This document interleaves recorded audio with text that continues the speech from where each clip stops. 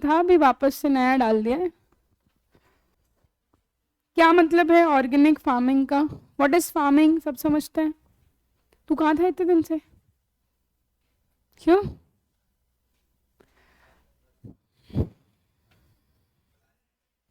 मिठाई नहीं लाया? चलो, फार्मिंग मतलब क्या? खेती। और ऑर्गेनिक फार्मिंग मतलब क्या? जैविक खेती। ठीक है, तो जहां पर यूज किया जा रहा है किसका?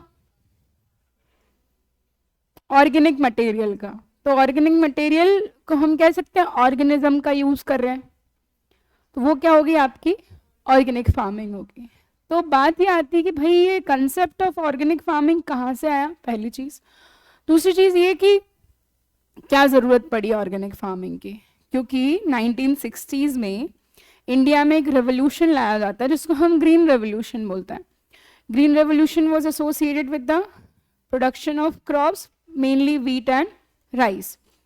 तो जब ग्रीन रेवोल्यूशन लाया गया तो ग्रीन रेवोल्यूशन में बोला कि भैया केमिकल फर्टिलाइजर्स का यूज करो, कीड़े जल्दी मर जाएंगे, पेस्टिसाइड्स का यूज करो, फर्टिलिटी और ये सब के चक्कर में प्रोडक्शन हाई होगा। बट जब उसको यूज किया, दो चार बारी जब उसका उपयोग हुआ, तो समझ में आया कि इससे तो क्या खराब हो रहा है, सॉइल खराब हो रही है, and also that is impacting human health adversely. इंसानों पे भी कहीं ना कहीं इसका कुछ नेगेटिव इम्पैक्ट देखने को मिल रहा है। तो फिर ग्रीन रेवोल्यूशन पार्ट 2 आया, उसमें बोल दिया कि chemical pesticides and chemical fertiliser should be replaced with bio pesticides and bio fertiliser. ठीक है, तो कल हमने पढ़ा था बायो फर्टिलाइजर का एग्जाम्पल हम क्या बोल सकते हैं? Nitrogen fixation can be a bio fertiliser ना, कि भाई आप जो खाद टर्म सुने ना, खाद डाल रहे हैं, खाद मतलब यूरिया बेसिकली। तो वो जो यूरिया है, हमने पढ़ा कि भाई यूरिया बहुत हार्मफुल होता है। आप यूरिया डाल रहे हो, उससे कीड़े तो मर जा रहे हैं, पर वो फसल पे भी एक नेगेटिव इम्पैक्ट डाल रहे हैं। तो आप यूरिया डाल रहे हैं मतलब क्या क्या डालना चाह रहे हैं? नाइट्रोजन डालना चाह रहे हैं। और नाइट्रोजन तो भर भर गया हमारे एटमॉस्फेयर में, सबसे ज्यादा 78% क्या है, पर फिर भी उसको यूज नहीं कर पा रहे हैं। तो फिर देखा गया कि भाई कुछ माइक्रो ऑर्गेनिजम्स हैं जो एनवायरमेंट से नाइट्रोजन को ऐसे फॉर्म में कन्वर्ट कर देते हैं जिससे प्लांट्स उसको डायरेक्टली क्या कर सके, यूज कर सके। तो फिर आपको एडिशनली यूरिया उसमें डालने की जरूरत नहीं है। अलग अलग बैक्टीरिया हमने देखा, राइजोबियम एक बैक्टीरिया होता है जो क्या करता है, नाइट्रोजन फिक्सेशन करता है, दाल के पौधों में मेनली उनकी जड़ों में देखने को मिलता है। तो फिर ये नाइट्रोजन दे देता है पेड़ों को। तो फिर पूरी दुनिया में फेमस हो गया कंसेप्ट ऑफ ऑर्गेनिक फार्मिंग। तो ऑर्गेनिक फार्मिंग के बारे में कहा जा रहा है कि भैया ये ऐसा सिस्टम है जो प्रमोट कर रहा है खेती जो नेचर पर डिपेंडेंट है और सस्टेनेबल इन नेचर है। What is the meaning of sustainable? Sustain मतलब लंबा, और सस्टेनेबल मतलब लंबा चलने वाला, और इसी से एक कंसेप्ट बना है सस्टेनेबल डेवलपमेंट गोल्स का। क्या होता है सस्टेनेबल डेवलपमेंट का मतलब क्या है? एग्जैक्टली हम बहुत आसान शब्दों में बता दूं तो मैं, सस्टेनेबल डेवलपमेंट गोल्स 17 हैं जो याद भी करना है सबको, यूनिट 7 में दिए हुए हैं। सस्टेनेबल डेवलपमेंट गोल्स, आप बोल रहे हो कि हम डेवलप कर रहे हैं, हम इंफ्रा बना रहे हैं, ये कर रहे हैं, वो कर रहे हैं, बट ऐसा नहीं करना है कि जितने भी रिसोर्सेज हैं उनको आपने ही उपयोग कर लिया। आपने इतना डेवलपमेंट के चक्कर में सारे रिसोर्सेज क्या कर दिए हैं, एक्सप्लॉइट कर लिए हैं, कि जो हमारी आने वाली जनरेशन्स हैं उनके लिए रिसोर्सेज ही नहीं बच रहे हैं। तो आप जो इंफ्रा बना रहे हो या आप जो डेवलपमेंट कर रहे हो, दैट मस्ट बी सस्टेन्ड उस पीरियड तक, और आपने जो रिसोर्सेज का यूटिलाइजेशन किया that should be utilised not exploited. उसका उपयोग हो पर बहुत ज्यादा उपयोग ना हो कि पता पड़े सारा पानी हम ही पी गए, आने वाली जनरेशन के लिए पानी ही नहीं बचा है, दैट इज एक्सप्लॉइटेशन, है ना। तो सस्टेनेबल डेवलपमेंट गोल का जो कंसेप्ट है ये आया था रियो समिट। कब हुआ था रियो समिट? 1992 में, रियो डी जेनेरियो ब्राजील में। इसको अर्थ समिट भी बोलते हैं, बट इसको लोगों ने, कंट्रीज ने अडॉप्ट कब किया है एसडीजी को? 2015 में। ये पीएससी ने क्वेश्चन भी पूछा है कि जो एसडीजी हैं वो 2015 में अडॉप्ट किए गए हैं और 2030 तक ही 17 सस्टेनेबल डेवलपमेंट गोल्स हैं। किसी को याद है पूरे 17? सुन, जो चीज बोल रही हूँ वो सुनी है कभी? सस्टेनेबल डेवलपमेंट गोल्स सुने होंगे। सस्टेनेबल डेवलपमेंट गोल्स को लेकर के एक इंडेक्स पब्लिश किया जाता है और that is publish by UNDP, United Nations Development Programme. और इंडिया में इसकी implementing agency is NITI Aayog. NITI Aayog हर एक स्टेट का पर्टिकुलर एसडीजी लेवल पर क्या निकालती है, इंडेक्स निकालती है। तो पहला है नो पॉवर्टी, दूसरा zero hunger, third is health, fourth is education, fifth is gender equality, sixth is water and sanitation, seventh clean and affordable energy, 8th is economic growth, 9th is industries and innovation, 10th reduce inequalities, 11th is production and consumption, 12th is cities and communities, 13 is climate change, 14 life on land, 15 life under water, 16 international peace and security, and 17 is partnership with SDG। तो ये पूरे 17 याद करने हैं तुमको। कभी भी ऐसे उठ के क्वेश्चन आ जाता है कि SDG 3 क्या है, ठीक है, तो बहुत आसान है, 10 मिनट में याद करा दूंगी किसी दिन। खैर यहाँ आ जाओ। ऑर्गेनिक फार्मिंग में बात की जा रही है भैया ऐसा एग्रीकल्चर सिस्टम जब प्रमोट करे environmentally, socially and economically sound production of food and fibre. तो जहाँ पे आप जो खेती कर रहे हो वो ऐसा ना हो कि सॉइल की फर्टिलिटी पर नेगेटिव इम्पैक्ट डाल दे, या फिर जो प्रोडक्शन हुआ है वो खाना ही हमारे लिए क्या हो जाए, हार्मफुल हो जाए। ठीक है, तो जो सिंथेटिक केमिकल को अवॉइड करे, सॉइल की फर्टिलिटी को एनहेंस करे और बायोडाइवर्सिटी को प्रमोट करे। तो हम जब भी ऑर्गेनिक फार्मिंग की डेफिनेशन अगर हमको लिखनी है तो हम 3 कीवर्ड्स उसके लिए याद रखेंगे। पहला क्या, अवॉइड करना है क्या, दूसरा एनहेंस करना है क्या, और तीसरा प्रमोट करना है क्या। तो now what is organic farming? Which avoids the use of synthetic chemical which enhances the soil health and promote the biodiversity. What is biodiversity? क्या होती है biodiversity? बायो मतलब समझ चुके हैं हम, इतने दिन से बायो बायो कर रहे हैं। बायो मतलब क्या, लिविंग। ठीक है, लिविंग में आपके एनिमल्स भी आ गए, प्लांट्स भी आ गए, और जो भी हमने माइक्रो ऑर्गेनिज्म पढ़े हैं वो भी आ गए। तो जहां डाइवर्स मतलब क्या, What is the meaning of diverse? बहुत सारे ना, तो बहुत सारे लिविंग ऑर्गेनिज्म होना ही क्या है, अलग अलग स्पीशीज मिल रही हैं हमको, अलग अलग प्रजाति मिल रही हैं, अलग अलग क्वालिटी मिल रही हैं, अलग अलग कैरेक्टर मिल रहे हैं, तो उसी को क्या बोलते हैं हम, बायोडाइवर्सिटी बोलते हैं। इंडिया में 4 बायोडाइवर्सिटी हॉटस्पॉट्स हैं। कौन कौन से हैं? ये 22 या 23 का क्वेश्चन भी था। वेस्टर्न घाट्स, हिमालयाज, सुंडरलैंड और इंडो बर्मा प्लेट, ये 4 बायोडाइवर्सिटी हॉटस्पॉट है इंडिया में। खैर बाद में देखेंगे। ऑर्गेनिक फार्मिंग के फादर किसको कहा जाता है, who is the father of organic farming? तो he is sir Albert Howard. ठीक है, जबकि ये जो टर्म है, कौन सी टर्म, ऑर्गेनिक फार्मिंग, ये टर्म किसने दिए है, लॉर्ड नॉर्थबॉर्न ने दिए। ठीक है, लेकिन जो कंसेप्ट लेकर के आया वो कौन लेकर के आया? अब देखो, ये एक्चुअली कंसेप्ट लेकर के नहीं आए, इन्हें कंसेप्ट चुराया है। चुराया इन द कंटेक्स्ट ऑफ कि ऑर्गेनिक फार्मिंग, ये खुद अपनी किताबों में लिख रहे हैं कि organic farming is the traditional ancient method of India. India की ही एक ट्रेडिशनल एंशियंट मेथड है जिसको हमने नाम दे दिया है क्या, ऑर्गेनिक फार्मिंग। आप पुराने टाइम पे जब देखो खेती किस तरह से, केमिकल्स तो थे ही नहीं ना उस टाइम पे, तो ऑब्वियस सी बात है कि हम लोग नेचर का जो मटेरियल है उसको यूज करके फार्मिंग कर रहे हैं। और ये इंडिया का ही एंशियंट नॉलेज है जिसको इधर उधर से लोग ले जाते हैं और फिर अपना नाम जोड़ देते हैं कि नहीं हमने इन्वेंट करा, हमने इन्वेंट करा। ठीक है, बट अब क्या करें, पढ़ना तो पड़ेगा। So the father of organic farming कौन कहला रहे हैं, बोलो, सर एल्बर्ट हॉवर्ड। और जो पहली बार टर्म यूज की है ऑर्गेनिक फार्मिंग वो किसने की है, नॉर्थबॉर्न ने की है। ठीक है, फिर पूछा गया कि भैया ये बताओ कि आपके जो ऑर्गेनिक फार्मिंग है उसके कितने प्रिंसिपल हैं। तो ऑर्गेनिक फार्मिंग के प्रिंसिपल हैं कितने, 4। पहला क्या है, प्रिंसिपल ऑफ हेल्थ, दूसरा इकोलॉजी, तीसरा फेयरनेस और चौथा केयर। तो फिलहाल सिर्फ हम 4 याद रखेंगे। टेबल बनी है, सब लिखा है, उसको पढ़ेंगे अभी। यहाँ देखो जो मैं याद करा रही हूँ सिर्फ। तो organic farming is having 4 principles, principle of health, principle of ecology, principle of fairness and principle of care, ठीक है। फिर कुछ इंपॉर्टेंट कॉन्ट्रीब्यूशन अगर हम इसमें देखें तो ऑर्गेनिक फार्मिंग हमने अभी देख लिया है, कौन है, इसकी किताब का नाम याद रखना है, क्या नाम है किताब का, एन एग्रीकल्चरल टेस्टामेंट, ठीक है, 1940s में लेकर के आए थे। फिर जो टर्म है कौन सी, नेचुरल फार्मिंग, जापान के एक साइंटिस्ट मिलेंगे, क्या नाम है, मसानोबू, तो इनकी किताब है द वन स्ट्रॉ रेवोल्यूशन।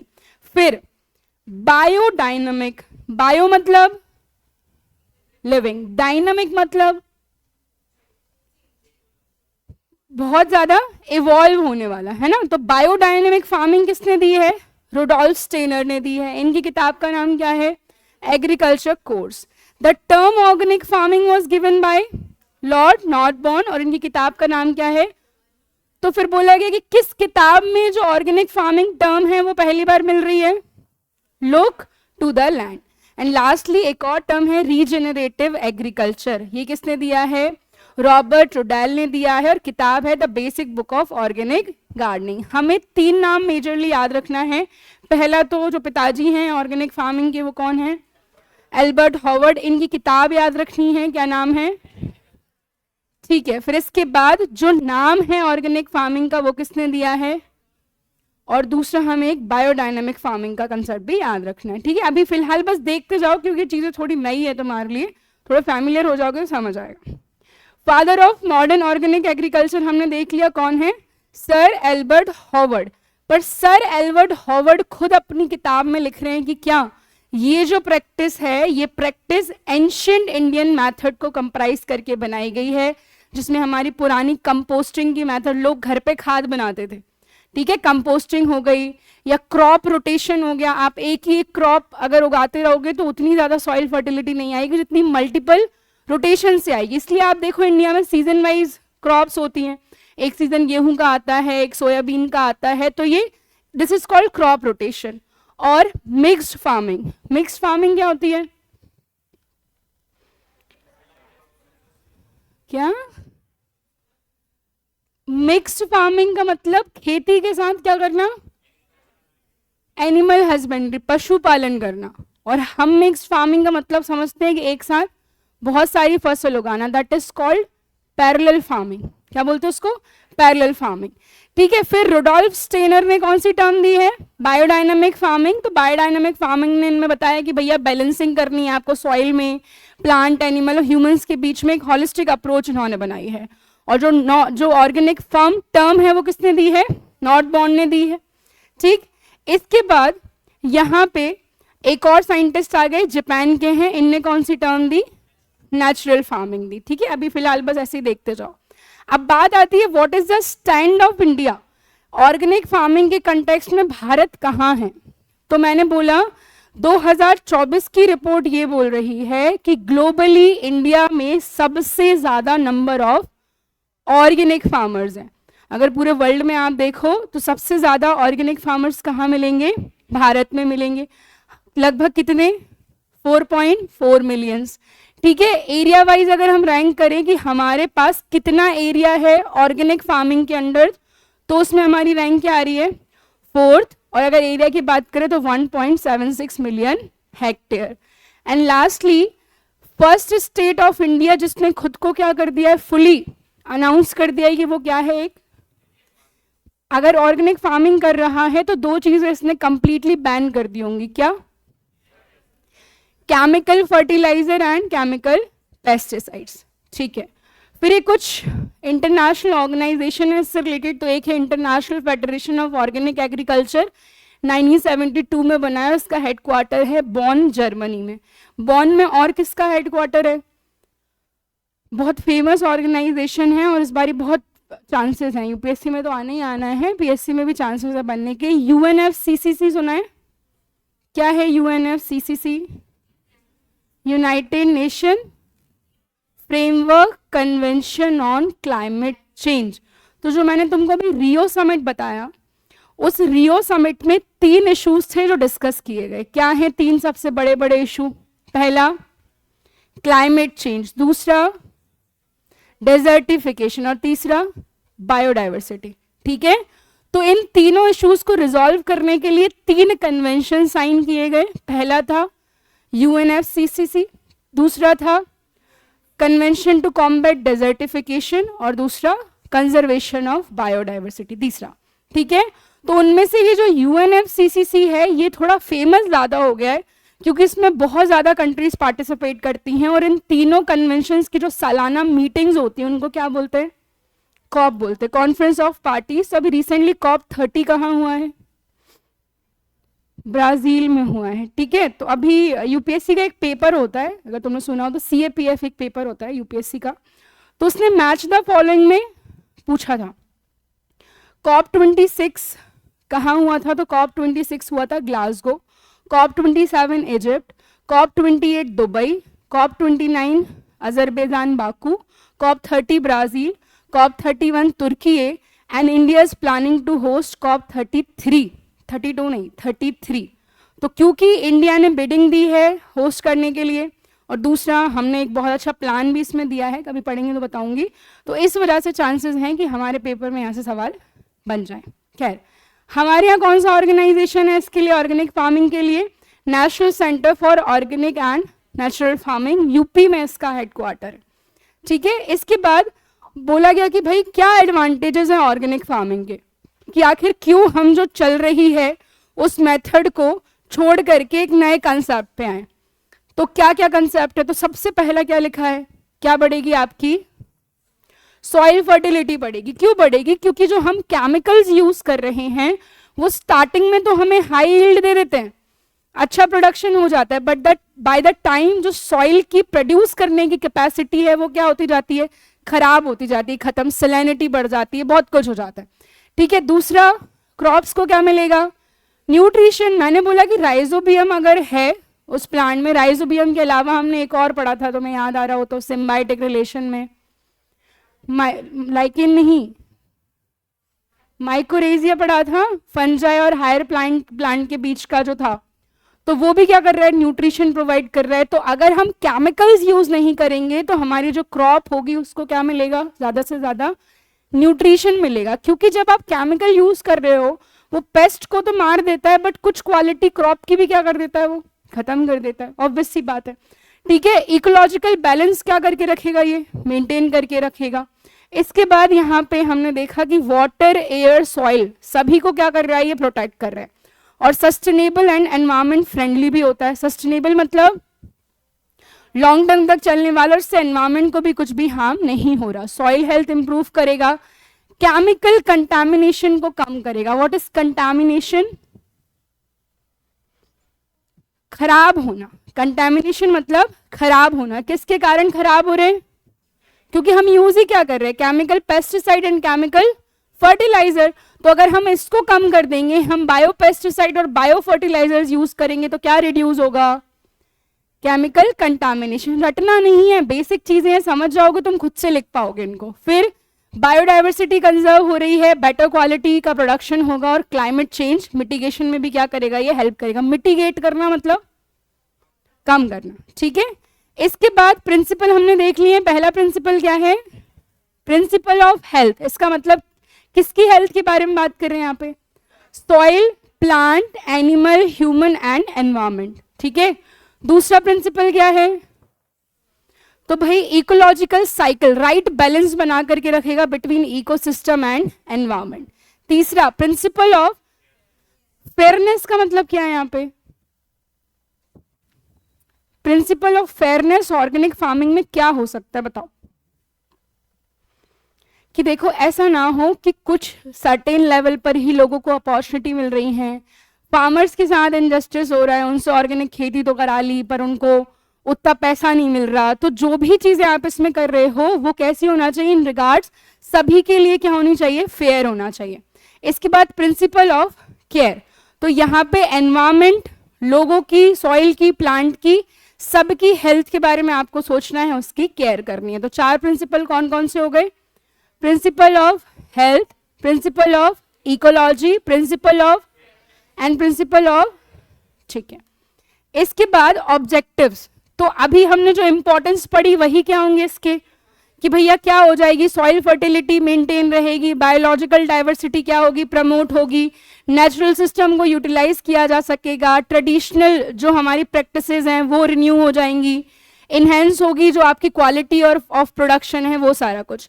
फिर बात आ रही है कि ऑर्गेनिक न्यूट्रिएंट रिसोर्सेज के तौर पे हम क्या क्या यूज कर सकते हैं, जिनमें हम केमिकल को अगर रिप्लेस कर दे तो हम जो घर की बनाई हुई कंपोस्ट है वो, ग्रीन मैन्योर हो गई, एनिमल का जो मैन्योर हो गया, फिश इमल्शन हो गया, रॉक की डस्ट हो गई, या बोन मील। बोन मील क्या होता है, सुना है बोन मील टर्म कभी?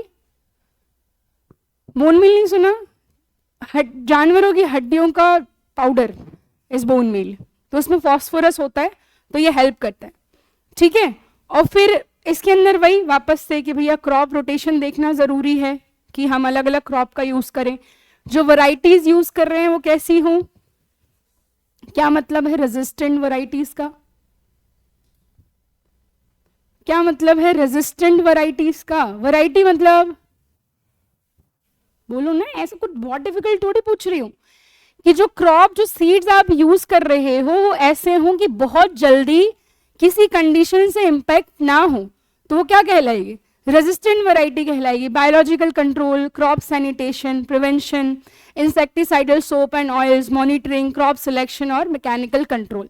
तो आपको ऑर्गेनिक फार्मिंग करते हुए क्या क्या चीजें ध्यान में रखनी है। अब बात आती है कि क्या क्या टाइप है ऑर्गेनिक फार्मिंग के टाइप। तो सबसे पहला हमें दिख रहा है कौन सी मेथड, पहली वैदिक मेथड, जो कहां से ली गई है, हमारे एंशिएंट टाइम से ली गई है। दूसरी पढ़ो और लिखिए पंचांग। अब नाम से ही समझ में आ रहा है कि खेती में कब बुआई करना है, कब सिंचाई करना है, कब कटाई करना है, तो उसके लिए क्या देखते हैं, तिथि और नक्षत्र देख रहे हैं कि भाई आज क्या तिथि है, क्या नक्षत्र है, किसी प्लैनेट की क्या पोजीशन है। इसके बाद तीसरी किसने दी थी टर्म नेचुरल फार्मिंग,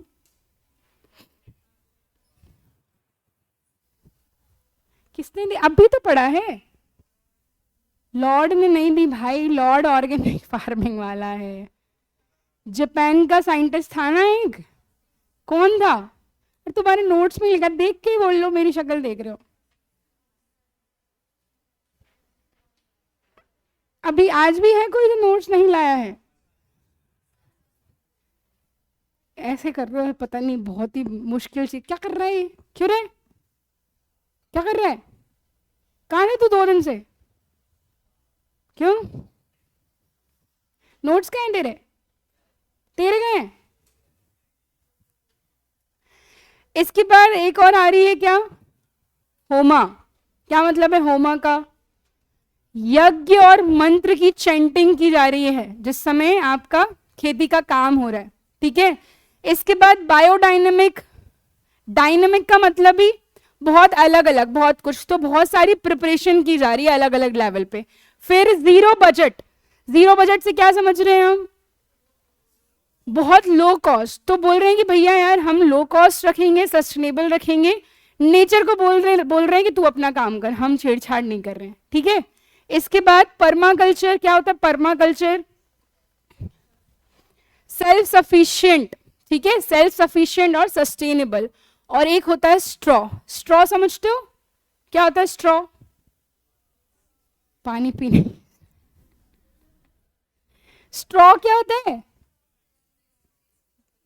हाँ हाँ, क्रॉप रेसिड्यू जो होता है उसको क्या बोलते हैं, स्ट्रॉ बोलते हैं। तो उन्हीं को यूज करके जो खेती की जाती है उसको क्या बोलते हैं, स्ट्रॉ फार्मिंग बोलते हैं। तो कितने टाइप की हमने देखी, सबसे पहले बताओ वैदिक, वैदिक में क्या हो रहा है, एंशिएंट मेथड यूज हो रही है। दूसरी पंचांग में खेती करते समय क्या देख रहे हैं, तिथि और नक्षत्र। फिर थर्ड नेचुरल, मतलब डिपेंडेंसी किस पे है, नेचर पे है, खुद से कुछ हम बहुत ज्यादा नहीं कर रहे हैं। फिर होमा मतलब यज्ञ और मंत्र की चैंटिंग। फिर बायोडायनेमिक, तो डायनेमिक मतलब बहुत अलग अलग, तो यहां पे क्या हो रहा है आपका मल्टीपल प्रिपरेशन हो रही है, अलग अलग प्रैक्टिस की जा रही है। फिर नाम से समझ में आ गया क्या करना चाह रहे हैं, लो कॉस्ट रखना चाह रहे हैं। फिर permaculture, self sufficient and sustainable. और फिर स्ट्रॉ का मतलब क्या यूज कर रहे हैं, क्रॉप रेसिड्यू को यहाँ पे यूज किया जा रहा है। फिर बोल रहे हैं कि भैया ये बताओ कौन कौन सी गवर्नमेंट स्कीम्स हैं जो इससे रिलेटेड है। तो बोला गया कि एक सबसे मेजर स्कीम जो है इट इज, नाम में ही क्या आ गया, परंपरागत। ठीक है, परंपरागत मतलब जो चली आ रही है परंपरा से हमारी जो खेती, तो एंशियंट मेथड्स को क्या करना है, आपको प्रमोट करना है। तो वो हो गई आपकी परंपरागत कृषि विकास योजना। कब लॉन्च की गई थी, 2015 में। तो कभी आया लिखने को तो छोटा सा एक आध क्वेश्चन आ सकता है। इसके बाद mission organic value chain development for north eastern region. तो नॉर्थ ईस्टर्न रीजन को जो उनकी प्रैक्टिसेस हैं उनको क्या करना, प्रमोट करना। बट उनकी जो कुछ एंशियंट मेथड हैं वो ऐसी हैं जो एनवायरमेंट के लिए अच्छी नहीं है। जैसे कि हम ट्राइबल वाले उसमें पढ़ते हैं, कौन सी खेती करते, शिफ्टिंग कल्टीवेशन करते हैं, वो यहाँ करा, यहाँ आग लगा दी, फिर अब वो पर्टिकुलर जगह बचेगी ही नहीं उपयोग के लायक।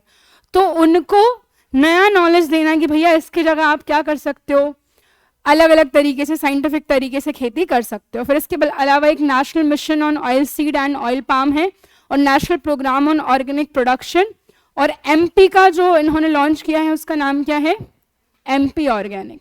एमपी का जो बोला गया कि ऑर्गेनिक एग्रीकल्चर को एमपी में प्रमोट करने के लिए कौन सी स्कीम लॉन्च की गई है, एमपी ऑर्गेनिक। ठीक है, तो मोटा मोटा ये तो हो गया जिस्ट।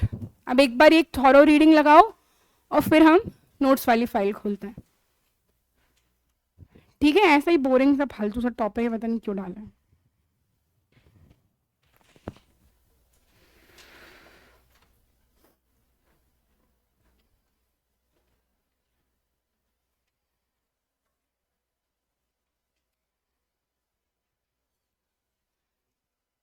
बातें नहीं करो।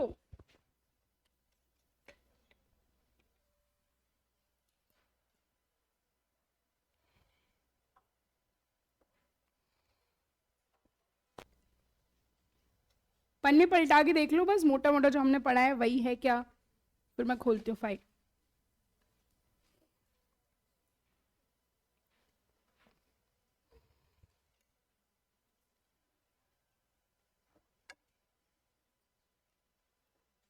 बायोटेक पढ़ लिया था सबने घर जाके, इतने शरीफ तो नहीं हो तुम इस हिसाब से मुंडियां हिला रहे हो।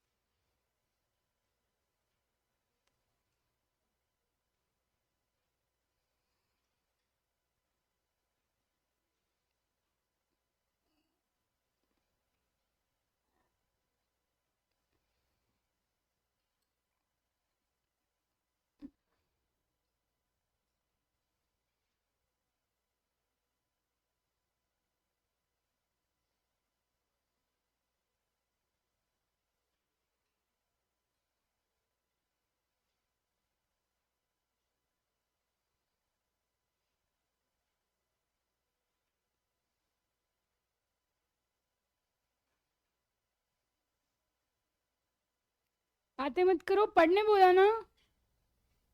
तो घर जाके तो तुमको नोट्स उठा नहीं पाते, बहुत भारी है नोट्स ये, इतना वजन नहीं उठा पाते हो तुम।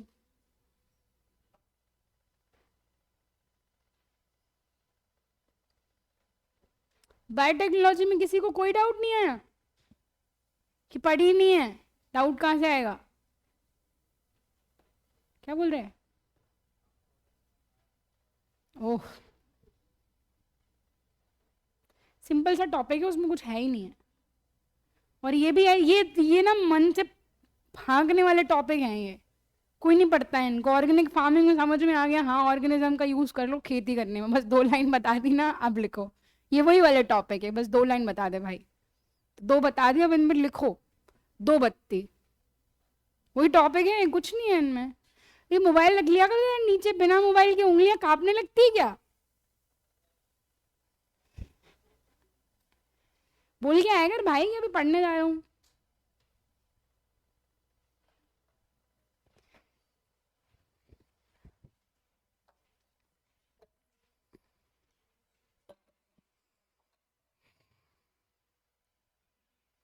चलो बताओ मुझे फटाफट, who is known as the father of organic farming?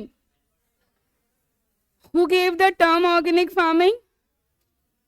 Northbourne, ठीक है। और वर्ल्ड में what is the rank of India organic farmer के केसेस में? फर्स्ट। और एरिया में कितना एरिया है हमारे पास? Fully organic state of India Sikkim. कितने प्रिंसिपल हैं ऑर्गेनिक फार्मिंग के? कौन कौन से? हेल्थ, इकोलॉजी, केयर, और क्या ऑब्जेक्टिव है ऑर्गेनिक फार्मिंग के? बहुत सारे बोलो और आगे बढ़ो। सॉइल फर्टिलिटी, एनवायरमेंट का प्रोटेक्शन, हेल्थ का प्रोटेक्शन, ज़्यादा से ज़्यादा प्रोडक्शन, एंशियंट मेथड का रिवाइवल, लो कॉस्ट। सिंपल है ना, पर ये लिखने पे आएगा समझ में आया कितना सिंपल है। अभी तो मुंडियाँ हिला रहे हो। चलो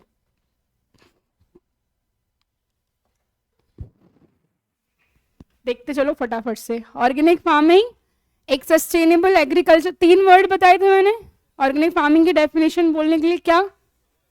avoid synthetic chemical, enhance soil fertility and promote biodiversity. तो जब भी डेफिनेशन लिखनी है उसमें ये 3 शब्द तो लिखने ही लिखने हैं। तो ऑर्गेनिक फार्मिंग का मतलब एक सस्टेनेबल एग्रीकल्चर प्रैक्टिस है जहां पे जो लॉन्ग टर्म तक के लिए चले, लंबी अवधि मतलब लॉन्ग टर्म तक चले, और जो मिट्टी को खराब ना करे, सॉइल फर्टिलिटी को इनहेंस करे और एनवायरमेंट को भी डैमेज ना करे, क्योंकि जितने ज्यादा से ज्यादा केमिकल आप यूज करोगे उतना खराब। और सस्टेनेबल का मतलब है कि फ्यूचर जनरेशन के लिए भी रिसोर्सेस को बचाए। ठीक, इसमें सिंथेटिक केमिकल्स को अवॉइड किया जाता है। सिंथेटिक केमिकल मतलब क्या?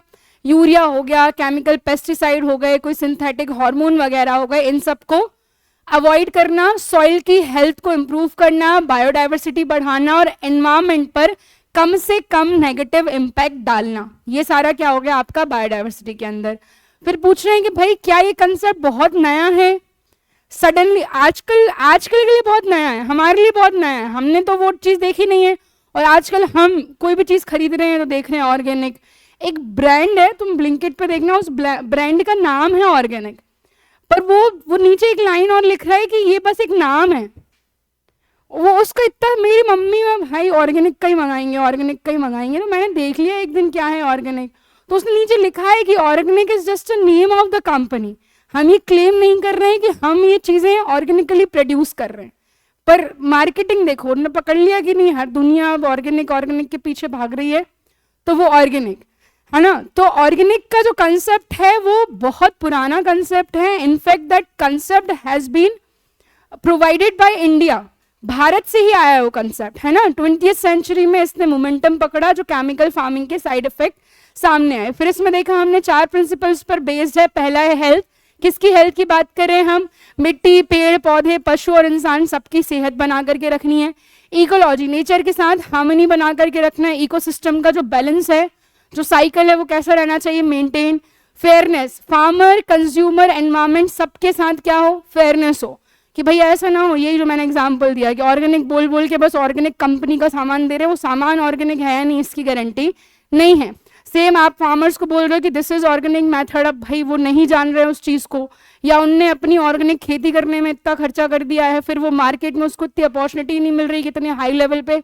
कंपैरेटिवली आपको प्राइसेस हाई मिलेंगी, जो ऑर्गेनिक मटेरियल होता है उसकी प्राइस थोड़ी सी हाई होती है, अब पता पड़ा कोई खरीद ही नहीं रहा।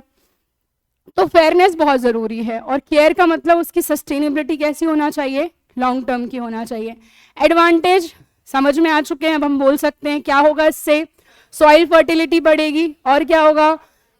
बायोडाइवर्सिटी कंजर्व होगी, और क्या होगा? पोल्यूशन कम होगा, और जो हमारा खाना है, जो फूड है, वो कंपैरेटिवली क्या होगा? सेफर होगा, क्योंकि लेस केमिकल का क्या हो रहा है? यूज हो रहा है। अब बात आ रही है क्या चैलेंजेस हैं। आप कह तो रहे हो ऑर्गेनिक फार्मिंग, बट क्या चैलेंजेस है? सबसे पहले हायर कॉस्ट हो सकती है, जो नेचुरल इनपुट्स हैं वो क्या हो सकते हैं? महंगे।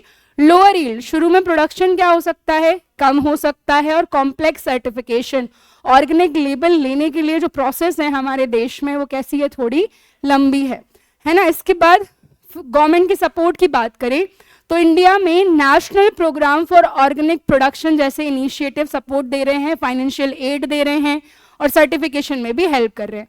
ठीक है। तो ऑर्गेनिक फार्मिंग को स्केलेबल और सस्टेनेबल बनाने के लिए रिसर्च में इन्वेस्टमेंट की जरूरत है, अफोर्डेबल सर्टिफिकेशन की जरूरत है, एडवांस टेक्नोलॉजी की जरूरत है और स्ट्रॉन्ग सप्लाई चेन की जरूरत है। और ये प्रैक्टिस अगर हम करते हैं तो कंट्री में प्रमोट किया जा सकता है किसको, ऑर्गेनिक फार्मिंग को। रिसर्च में इन्वेस्टमेंट, क्योंकि हम लोग फायदे में इन्वेस्टमेंट करना जानते हैं पर उस चीज के और कितने कितने फायदे हो सकते हैं उसकी रिसर्च में इन्वेस्टमेंट हम नहीं कर रहे हैं।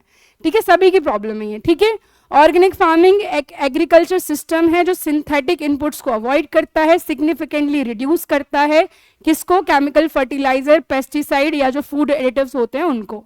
अब बोला गया कि भैया इसमें आपको किस किस चीज का ध्यान रखना है या क्या क्या चीजें आपके ऑर्गेनिक फार्मिंग में यूज हो रही है। तो सबसे पहली चीज क्या, क्रॉप रोटेशन। एक ही फील्ड में अलग अलग क्रॉप्स को साइकिल में उगाना क्या कहलाता है, बाय द टाइम। मैंने बोला 2 महीने के लिए फसल, 2 महीने के बाद ये, 2 महीने के बाद ये। तो क्रॉप के भी कुछ न्यूट्रिएंट्स किस में आ जाते हैं, आपकी सॉइल में आ जाते हैं, तो सॉइल की हेल्थ अच्छी बनी रहती है। दूसरा, क्रॉप रेसिड्यू, फसल के बचे हुए हिस्से को सॉइल में वापस मिलाना। और ये कौन से टाइप की थी, अभी ऑर्गेनिक फार्मिंग के टाइप देखे थे, स्ट्रॉ टाइप की थी। गुड। एनिमल मैन्योर, जो कंपोस्ट बनाया जाता है काउ डंग वगैरह से। ऑफ फार्म ऑर्गेनिक वेस्ट, बाहर से आने वाला जो ऑर्गेनिक कचरा है वो। और मिनरल ग्रेड रॉक एडिटिव्स, जो नेचुरल मिनरल्स हैं उनका यूज किया जाए, ना कि केमिकली जो चीजें एडिटिव्स आ रही हैं उनका।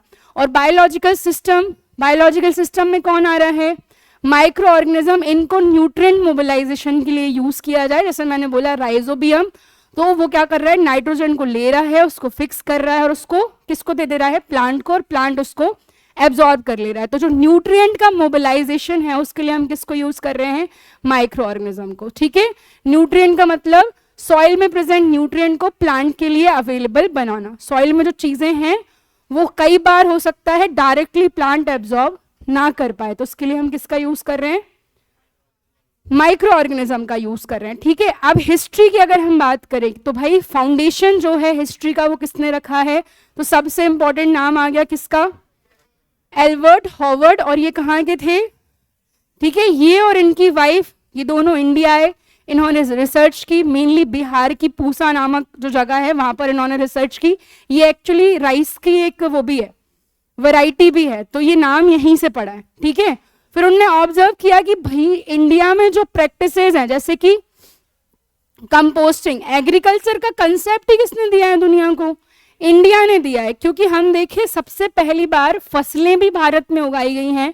इंडस वैली सिविलाइजेशन जब आप पढ़ते हो तो वहां देखने को मिलता है वीट एंड बार्ले पहली क्रॉप है जो आईवीसी के लोगों ने उगाई। बट आईवीसी के पहले भी हमें जो पीरियड देखने को मिलता है स्टोन एज, स्टोन एज में भी हमें राइस का हस्क देखने को मिलता है बहुत सारी अलग अलग जगहों पर। तो जो कंसेप्ट है वो ओरिजिनेट ही कहाँ से हुआ है, इंडिया से हुआ है। तो इन्होंने देखा कि भाई इंडिया में एंशिएंट टाइम में केमिकल्स तो होते नहीं थे, तो अगर इंडिया के लोग किस तरह से खेती करते थे, तो वो कंपोस्टिंग का यूज कर रहे हैं, खुद की खाद बना रहे हैं, क्रॉप रोटेशन कर रहे हैं और साथ साथ में क्या कर रहे हैं, मिक्स फार्मिंग। जबकि यूरोप में क्या यूज हो रहा है, ज्यादा से ज्यादा केमिकल का यूज हो रहा है। तो इनने ये पूरा कंसेप्ट सारी दुनिया को बताया, इनने अपनी किताब लिखी और इस वजह से इन्हें क्या कहा गया फिर, father of modern organic farming. तो क्या मॉडर्न जो ऑर्गेनिक फार्मिंग है कोई नई चीज है, बिल्कुल भी नई चीज नहीं है। ये हमारी जो पारंपरिक खेती की पुराना जो भी मेथड्स थी उन्हीं का एक साइंटिफिक वर्जन है। क्यों साइंटिफिक वर्जन बोल रहे, क्योंकि उसके पीछे की साइंस समझा दी कि आप केमिकल मत यूज करो, जो भी एनवायरमेंट में प्रेजेंट चीजें हैं उनको यूज करोगे तो ऐसा ऐसा होगा। पुराने टाइम पे लोगों को साइंस तो नहीं पता थी बट बिलीफ जो है वो अटैच थे, तो बिलीफ के कारण उन मेथड को क्या किया जाता था, यूज किया जाता था। ठीक है, फिर एक टर्म बार बार पढ़ने को मिलती है, तुम ज्योग्राफी पढ़ोगे वहां पे भी मिलेगी और हम यहाँ पे भी देख रहे हैं क्या लिखा है, ह्यूमस। क्या मतलब होता है ह्यूमस का, जब हम सॉइल पढ़ते हैं ना ज्योग्राफी में, खैर अब तो वर्ल्ड ज्योग्राफी एमपीपीएससी में तो नहीं है बट स्टिल जो यूपीएससी वाले हैं जब सॉइल पढ़ते हैं तो सॉइल के जब हम टाइप पढ़ रहे हैं अलग अलग, तो उनमें कंटेंट में बता रहे हैं कि किसमें ह्यूमस प्रेजेंट है, किसमें ह्यूमस प्रेजेंट नहीं है। तो हमने देख लिया कि आखिर ह्यूमस होता क्या है। तो जब प्लांट और एनिमल का जो ऑर्गेनिक मैटर है, पत्तियां या जो फसल से जो भी बच रहा है या काउडंग वगैरह, जब ये डिकम्पोज होता है तो डिकम्पोज होने के बाद ये डार्क ब्राउन और ब्लैक सा एक सब्सटेंस बचता है, उसी को क्या बोलते हैं, डिकम्पोजर्स। किस में आ रहे थे, कौन से टाइप के न्यूट्रिशन में थे डिकम्पोजर्स? हाँ, अभी 2 दिन पहले ही बढ़ा है, बताओ। सेप्रोफाइटिक थे, ठीक है। और फिर बोला कि ह्यूमस का काम क्या है, क्या कर रहा है ये? सॉइल फर्टिलिटी बढ़ा रहा है। दूसरा क्या मतलब है वाटर होल्डिंग कैपेसिटी का? देखो, एक तरफ तुम एक काली मिट्टी रखो और एक तरफ तुम रखो रेत, सैंड रखो, पानी डालोगे तो मिट्टी में से तो पानी बाहर नहीं आएगा, बट रेत में से पानी क्या होगा, बाहर आ जाएगा। तो जो काली मिट्टी है, जिसको लोमी सॉइल भी बोलते हैं, सबसे हाईएस्ट वाटर कैरिंग कैपेसिटी होती है उसकी। तो अगर किसी सॉइल में क्या प्रेजेंट है, ह्यूमस प्रेजेंट है, तो इट इज वेरी ऑब्वियस कि इसकी वाटर होल्डिंग कैपेसिटी क्या होगी, ज्यादा होगी। और ये सपोर्ट कर रहा है किसको? कौन कौन सपोर्ट कर रहा है? ह्यूमस क्या है? एक सब्सटेंस है जो एनिमल या प्लांट वेस्ट के डिकम्पोजिशन के बाद बना है। सिंगल लाइन में बोलना है व्हाट इज ह्यूमस, तो a substance which is made up of the decomposition of the waste of plants and animals. तो बोला कि क्या क्या फंक्शन है, तो हमने 3 फंक्शन याद कर लिए। पहला क्या है, सॉइल को फर्टाइल बनाना, दूसरा वाटर होल्डिंग कैपेसिटी बढ़ाना, तीसरा माइक्रो ऑर्गेनिज्म को सपोर्ट करना, ठीक है। फिर इसके बाद हमारे पास अगला व्यक्ति आ रहा है जिसका नाम क्या है, रुडोल्फ स्टेनर। क्या दिया है रुडोल्फ स्टेनर ने? क्या मतलब है बायोडायनेमिक फार्मिंग का? बहुत सारी प्रिपरेशन, डायनेमिक मतलब अलग अलग, बहुत सारा कुछ है ना। तो अलग अलग प्रैक्टिसेस इन्होंने बताई। ये कहाँ के थे? और ऊपर वाला आदमी कौन था? Albert Howard. वो कहाँ का था? ब्रिटेन का था, ठीक है।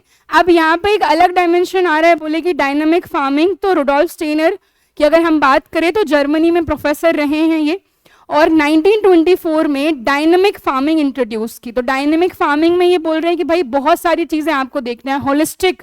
होलिस्टिक का मतलब सब कुछ मिला जुला के, तो सिस्टम को एक पूरे इंटरकनेक्टेड यूनिट के रूप में देखना, मतलब होलिस्टिक। और इनका फोकस था सबके ऊपर, सॉइल हो, क्रॉप हो, एनिमल्स हो या ह्यूमंस हो, इनका फोकस सभी पर था। और हम सब क्या है, एक दूसरे से, हर जो भी एलिमेंट हमारे आसपास अभी प्रेजेंट है, हम सब की एक दूसरे पर क्या है, इंटरडिपेंडेंसी है, राइट।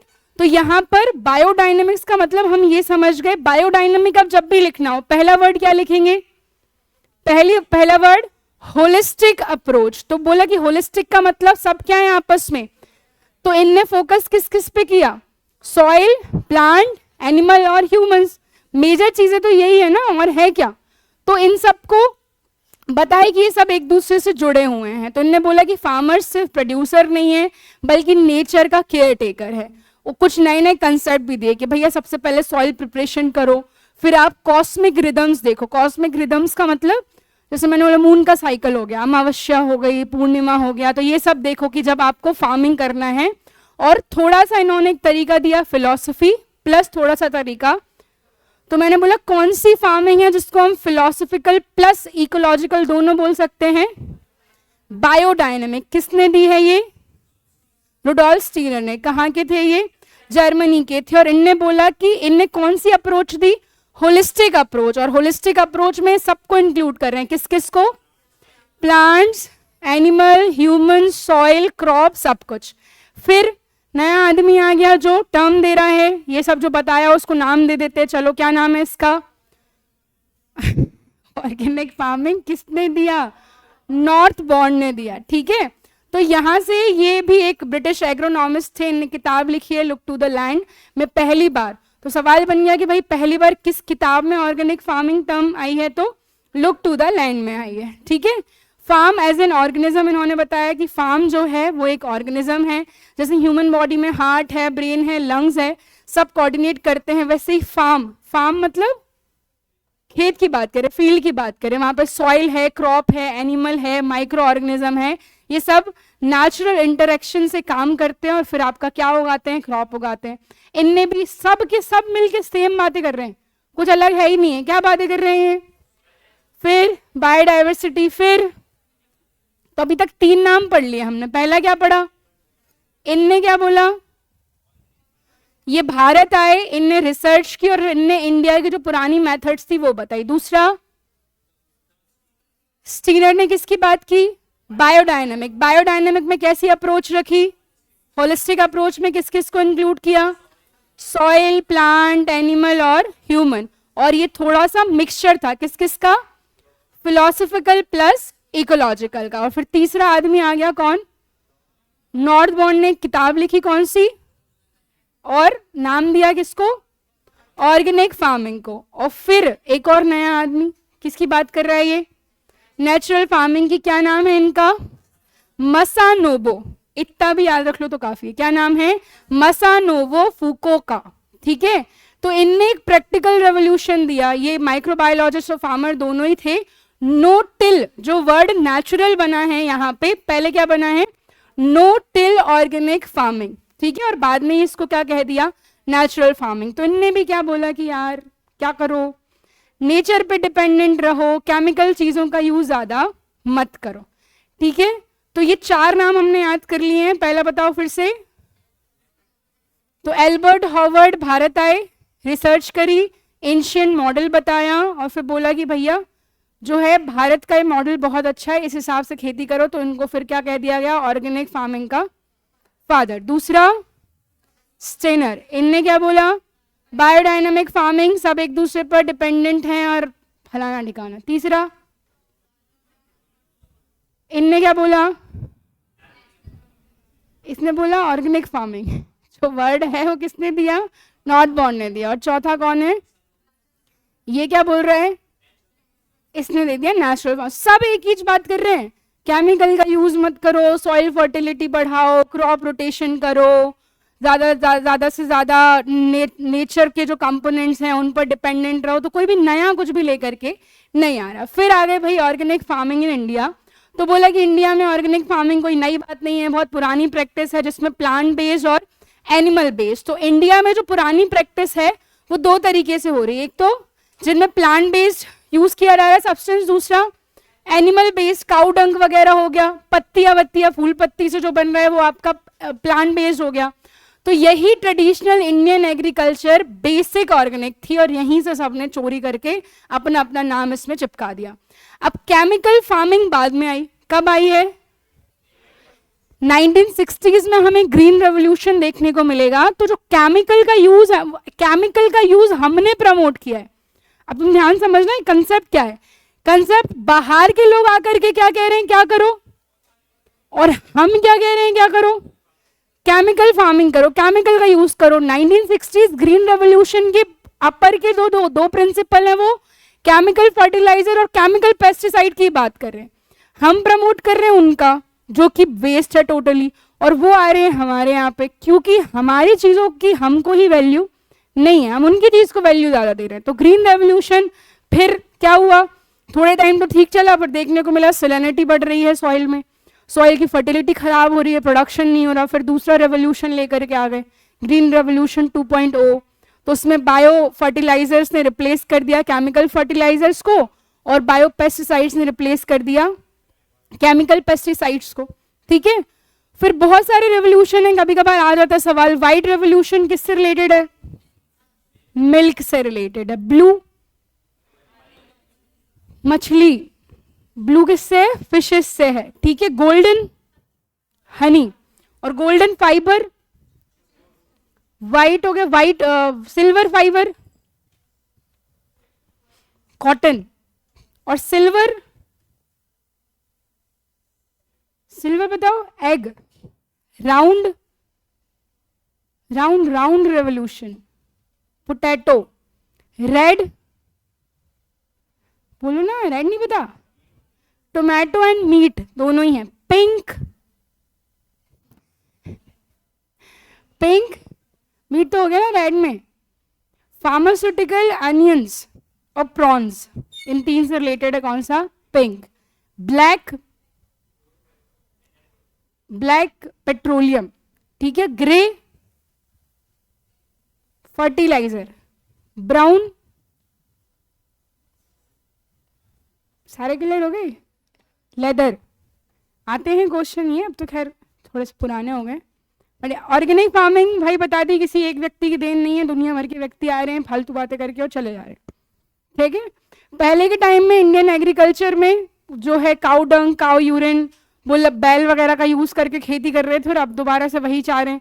तुम देखो ना पुरानी मेथड, आप देखो हमारे घर में एक वो आता था क्या, सिलबट्टा, ठीक है, अब नया इन्वेंशन आ गया, ग्राइंडर आ गया, सब ग्राइंडर का यूज करने लग गए।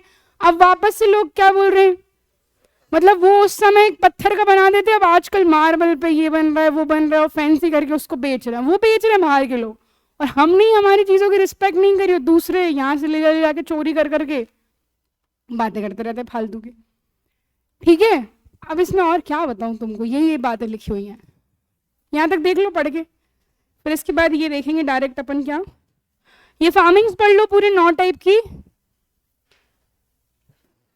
वैसे तो यार बताओ वैदिक फार्मिंग क्या है, एंशियंट मेथड, वैदिक पीरियड की मेथड यूज कर रहे हैं। दूसरी पंचांग फार्मिंग, तिथि नक्षत्र और जो प्लैनेट्स की पोजीशन देख के खेती कर रहे हैं वो। फिर नेचुरल फार्मिंग, नेचुरली होने दे रहे हैं, हम ज्यादा फैब्रिकेशन नहीं कर रहे हैं। फिर बायोडायनामिक, होलिस्टिक अप्रोच, मल्टीपल चीजों का यूज कर रहे हैं। फिर होमा फार्मिंग, यज्ञ और मंत्र की chanting. Zero budget, low cost, permaculture, self sufficient, और स्ट्रॉ फार्मिंग, क्रॉप रेसिड्यू का यूज करना। ठीक है, तो यहां तक पढ़ लो फटाफट से, पेज नंबर 50 पे एंड हो रहा है ये, यहां तक पढ़ के देख लो, और फिर सीधा चलेंगे अपन बायो फर्टिलाइजर्स पे। यार गर्मी लग रही है, सारे एसी बंद हैं क्या, चालू नहीं करते क्यों, हवा खाने योगी भी नहीं समझ रहा तुमको हैं।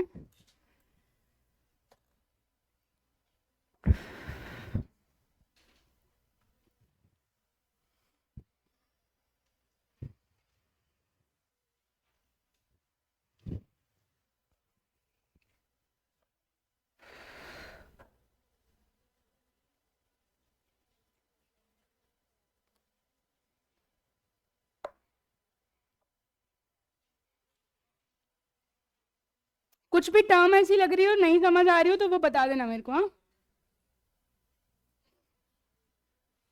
बात ही नहीं करो।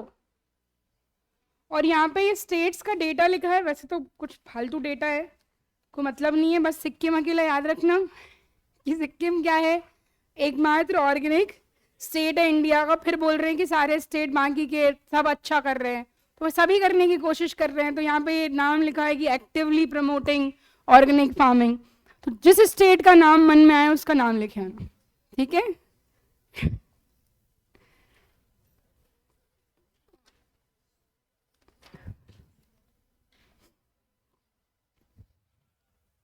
बातें नहीं करो, पढ़ लो यार, क्या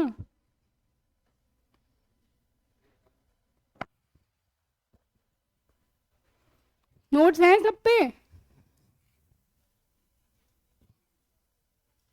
तू अपनी तरफ खींच लेता तो वो फोन चलाने लगता है, वो खींच लेता तू फोन चलाने लगता है, पता नहीं क्या है ये, मोबाइल के बिना नहीं रह पाता, कोई मतलब नहीं भाई, कुछ नहीं मिलता आखिरी में, आंखें खराब हो जाती, सब खराब ही रहता है।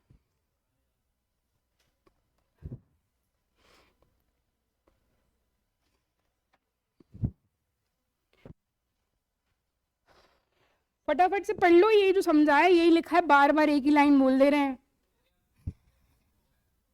पढ़ो चुपचाप।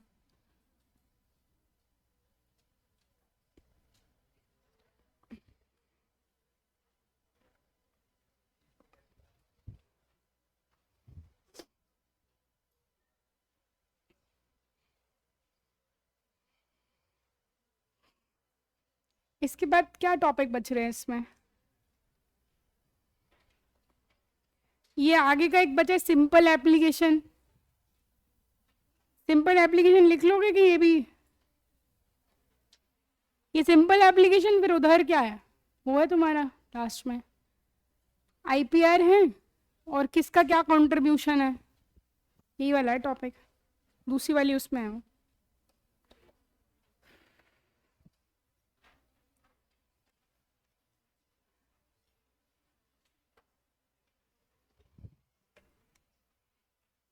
दो से 3 दिन में ही खत्म हो जाएगा, 3 भी ज़्यादा ही बोल रही हूँ मैं, 2 दिन में खत्म। क्या क्या बोल रहे हैं?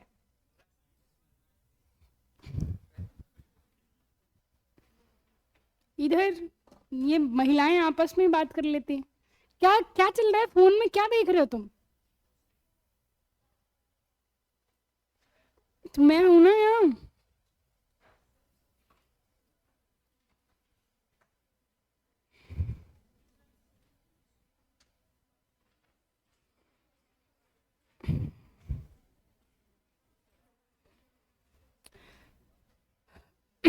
देखो, अब जो समझने लायक टर्म है वो ये है micro organism as bio fertiliser. तो सबसे पहले देखो, बायो फर्टिलाइजर का मतलब क्या है? बायो मतलब क्या? लिविंग। तो जब आप लिविंग माइक्रो ऑर्गेनिज्म का यूज कर रहे हो एज फर्टिलाइजर, फर्टिलाइजर टर्म से क्या समझ में आ रहा है? जो फर्टिलिटी बढ़ाए। लिविंग ऑर्गेनिज्म का यूज करना to improve the fertility of soil, इसी को क्या बोलेंगे हम? बायो फर्टिलाइजर बोलेंगे। तो अब बायो फर्टिलाइजर्स के जो टाइप हैं पीछे लिखे होंगे, वहां देखो, अलग अलग बैक्टीरिया बैक्टीरिया यूज कर रहे हैं, उसको देखते हैं अपन। डेफिनेशन पढ़ लो।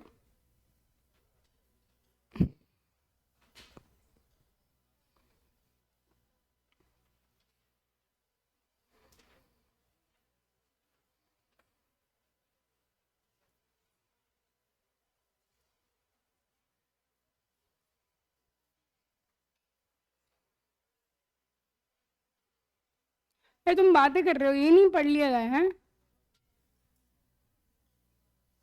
गर्मी लग रही है।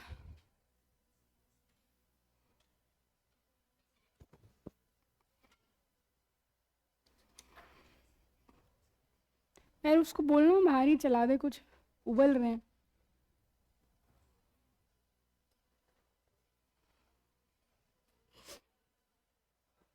चलो यहाँ देखो, बायो फर्टिलाइजर, बायो मतलब जिंदा लिविंग, माइक्रो ऑर्गेनिज्म जो सॉइल में न्यूट्रिएंट्स की अवेलेबिलिटी बढ़ाकर प्लांट की ग्रोथ को क्या इंप्रूव करें, उसको क्या बोलेंगे हम? बायो फर्टिलाइजर बोलेंगे। तो इसमें सबसे पहले माइक्रोबियल सब्सटेंस का मतलब माइक्रो ऑर्गेनिज्म से बने, जैसे कि बैक्टीरिया हो गया और फंजाई हो गया। और एसेंशियल न्यूट्रिशन क्या क्या है सॉइल के लिए या हमारी क्रॉप के लिए? क्यों बदला ले रहे भाई, चला देना ये, अब चला दे। देखो यहाँ पे सॉइल के लिए या क्रॉप के लिए सब कुछ जरूरी नहीं है, सिर्फ क्या जरूरी है? मेनली नाइट्रोजन जरूरी है, फॉस्फोरस जरूरी है। और बताओ फास्फोरस के लिए किसका उपयोग कर रहे थे? बोन मील का यूज कर रहे थे, ठीक है। तो केमिकल के बिना नेचुरल तरीके से फार्मिंग करना है ऑर्गेनिक एग्रीकल्चर, सस्टेनेबल मतलब लॉन्ग टर्म तक चलने वाला। अब बात आ रही है कि भाई टाइप ऑफ बायो फर्टिलाइजर बताओ कि बायो फर्टिलाइजर में क्या क्या हो सकता है। सबसे पहला माइकोरिजिया, ठीक है। तो जो माइकोरिजिया है वो किससे मिलके बना था? फंगस प्लस, कहां था ये? हायर प्लांट की रूट्स। हायर प्लांट कौन से हैं? किन प्लांट्स को हायर प्लांट बोलते हैं? जिसका वो, क्या वो प्लांट पढ़ा है ना तुमको अभी?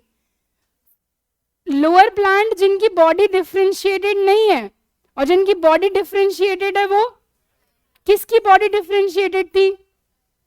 हायर प्लांट की। टेरिडोफाइटा, यहां से डिफरेंशिएशन शुरू हुआ था ना, एंजियोस्पर्म और जिम्नोस्पर्म। तो जिनमें आपके टिश्यू हैं, जिनमें सीड्स हैं, फ्लावर है, फ्रूट है, वो क्या कहलाते हैं? हायर प्लांट कहलाते हैं। तो याद रखना, ये हायर टर्म भी याद रखना।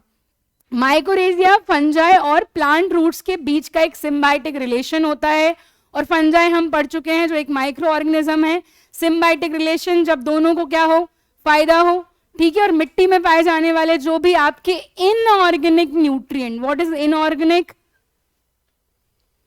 क्या होता है इनऑर्गेनिक? जो नेचुरल नहीं हो वो इनऑर्गेनिक। तू आया नहीं था ना जब मैंने पढ़ाया था ऑर्गेनिक इनऑर्गेनिक। क्या होता है इनऑर्गेनिक? जिसमें कार्बन और हाइड्रोजन प्रेजेंट ना हो। तो ऑर्गेनिक फार्मिंग करने के लिए क्या यूज किया जा रहा है? Inorganic nutrients. तो हमने ये देखे ना अभी, नाइट्रोजन है, फॉस्फोरस है या पोटेशियम है, ये क्या है?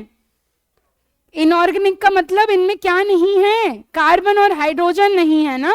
तो फंगस रूट से जुड़कर मिनरल को एब्जॉर्ब करता है और प्लांट को देता है, और इसी को हम क्या बोल रहे हैं, क्या नाम है इसका, माइकोरिजिया ना, गुस्सा मत दिलाओ मुझको।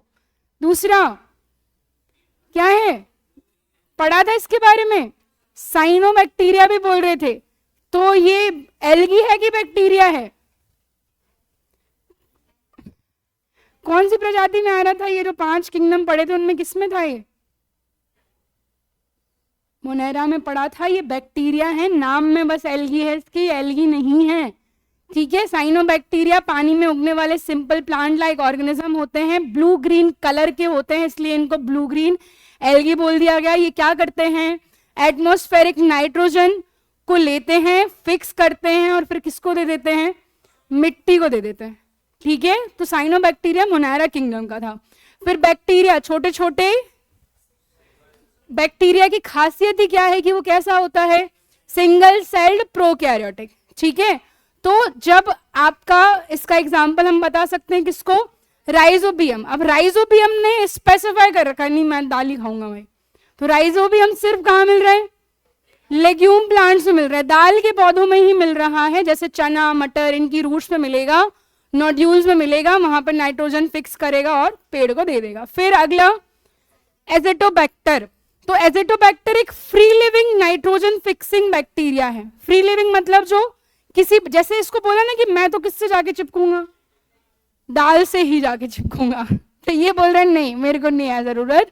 तो एजेटोबैक्टर क्या है, free living nitrogen fixing bacteria है, मतलब कि ये किसी भी प्लांट से अटैच नहीं होता। फिर कौन सा है, पढ़ो, एजोस्प्रिलम, रूट्स के आसपास रहते हैं और क्या कर रहे हैं, ग्रोथ को प्रमोट कर रहे हैं। फिर फॉस्फेट सोल्यूबलाइजिंग बैक्टीरिया, सोल्यूबल बनाना मतलब जो किसी सॉलिड न्यूट्रिएंट को क्या कर दे, और सोल्यूबल बनाना मतलब घुलना, घुल जाए, ठीक है। तो ये मेनली किसके लिए होते हैं, किसको अवेलेबल करा रहे हैं, ये फॉस्फोरस को प्लांट के लिए। बाकी ऊपर जो पड़े वो किसको करा रहे थे, वो नाइट्रोजन फिक्सेशन कर रहे थे, तो ये अलग से एक नया नाम आ गया किसका, फॉस्फोरस का, ठीक है। और फिर ग्रोथ प्रमोटिंग सब्सटेंस, जैसे अलग अलग टाइप के हार्मोन्स हमें नेचुरली मिल जाते हैं, प्लांट की हाइट वगैरह और ग्रोथ वगैरह के लिए रिस्पॉन्सिबल होते हैं।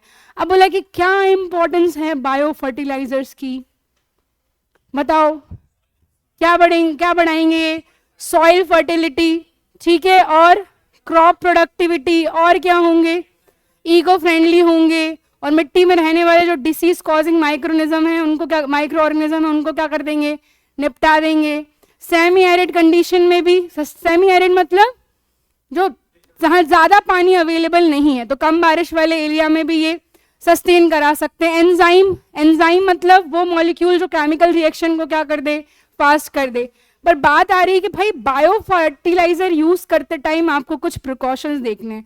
फालतू बात है, पैकेट देख लो, एक्सपायरी डेट तो नहीं है, अच्छी कंपनी का लिया है या नहीं लिया है। किसी भी चीज को खरीदते टाइम हम क्या देखेंगे क्योंकि भाई वो हमारे लिए कितनी यूजफुल है, तो जिस क्रॉप के लिए ले रहे हो वो उस क्रॉप के लिए है या नहीं, आपने जो सामान जिसके लिए खरीदा है वो उसके लिए उपयोगी है या नहीं।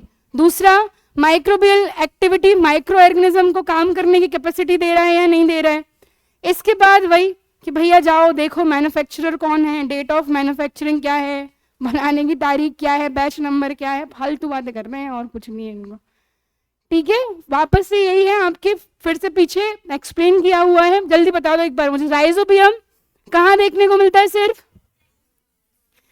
लेग्यूम प्लांट्स में देखने को मिल रहा है हमको, ठीक है। फिर इसके बाद दूसरा क्या था, ये किसी प्लांट से चिपका था क्या, नहीं, तो इसको हमने क्या बोल दिया, फ्री लिविंग है, इंडिपेंडेंट है, अपलैंड क्रॉप से मिल रहा है, वही हायर प्लांट वाले में मिल रहा है। फिर ये कहाँ मिल रहा है, अब ये इसका स्पेसिफिकेशन हो गया। वेटलैंड मतलब व्हाट, पॉन्ड मतलब वेटलैंड, तालाब, और बोल दे लेक, झील।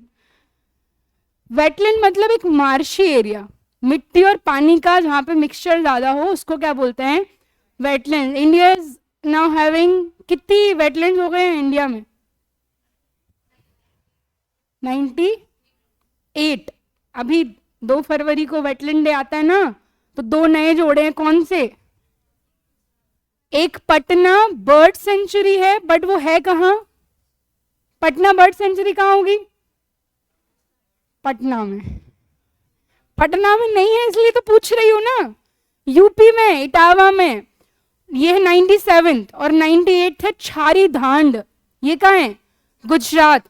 और उससे पहले दिसंबर में भी 2 बने थे, कोपरा लेक जो कि छत्तीसगढ़ में है और छत्तीसगढ़ का पहला वेटलैंड है, और उसके साथ साथ बना था सिलसर लेक जो कि कहाँ है? राजस्थान में। 95, 96, 97, 98। उससे पहले गोगाबीर लेक जो कि कहाँ है? बिहार में है। और एक ऑक्सबो लेक है, क्या होती है ऑक्सबो लेक? रिवर का एक फॉर्मेट बनाती है रिवर, जिसको बोलते हैं मिएंडरिंग। ऐसे ऐसे चलती है ना रिवर, तो बाय द टाइम रिवर्स का कोर्स चेंज हो जाता है, तो पानी का कुछ हिस्सा रिवर से अलग होकर एक लेक बना लेता है, उसको क्या बोलते हैं? Oxbow lake. और इंडिया में एशिया की सबसे बड़ी ऑक्सबो लेक है, क्या नाम है इसका? कंवर लेक। कहाँ है? जो कि बिहार में है। तो जो ऑक्सबो लेक है, क्या नाम है? गोगाबील, वो 94th है। 91st और 92nd खींचन और मनार थे, जो कि आपका राजस्थान में है। 93rd जो है वो है गोकुल जलाशय। तो 90 से लेकर 98 वाली तो एटलीस्ट तुम्हें याद होना चाहिए। एंड वेटलैंड्स के लिए देयर वाज अ कन्वेंशन जो कि ईरान में 2 Feb 1971 को साइन हुआ था, और इंडिया ने इसको ज्वाइन किया है 1982 में। एमपी में कितने वेटलैंड्स हो गए हैं अब? कितने? 4, 5? 4 कि 5? 5 हो गए हैं। अभी सबसे नया कौन सा बना है?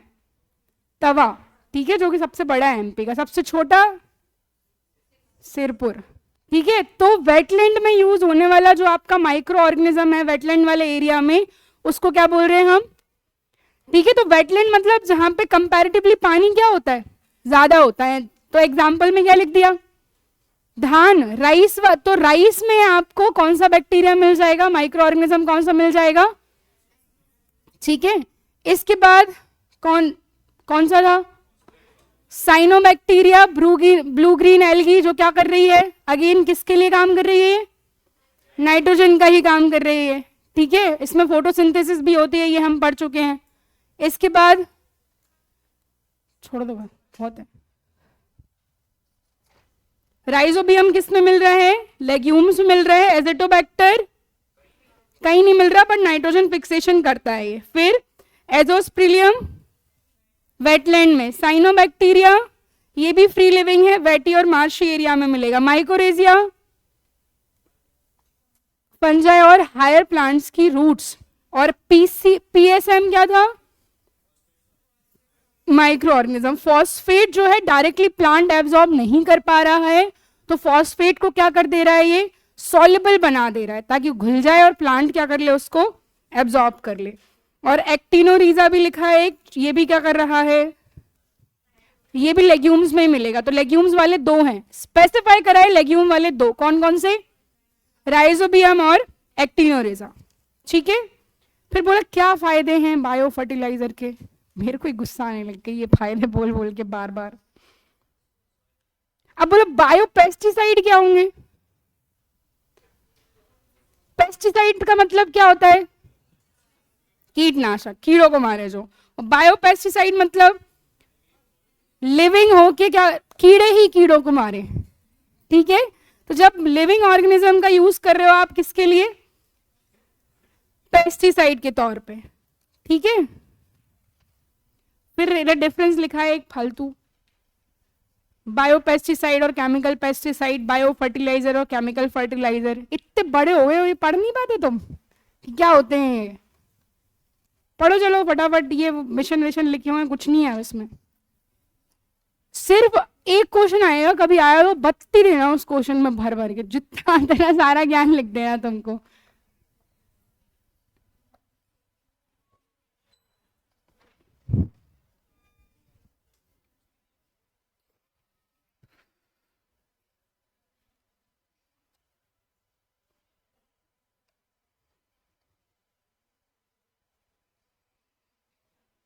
मल्चिंग एक मेथड होती है। क्या होता है मल्चिंग?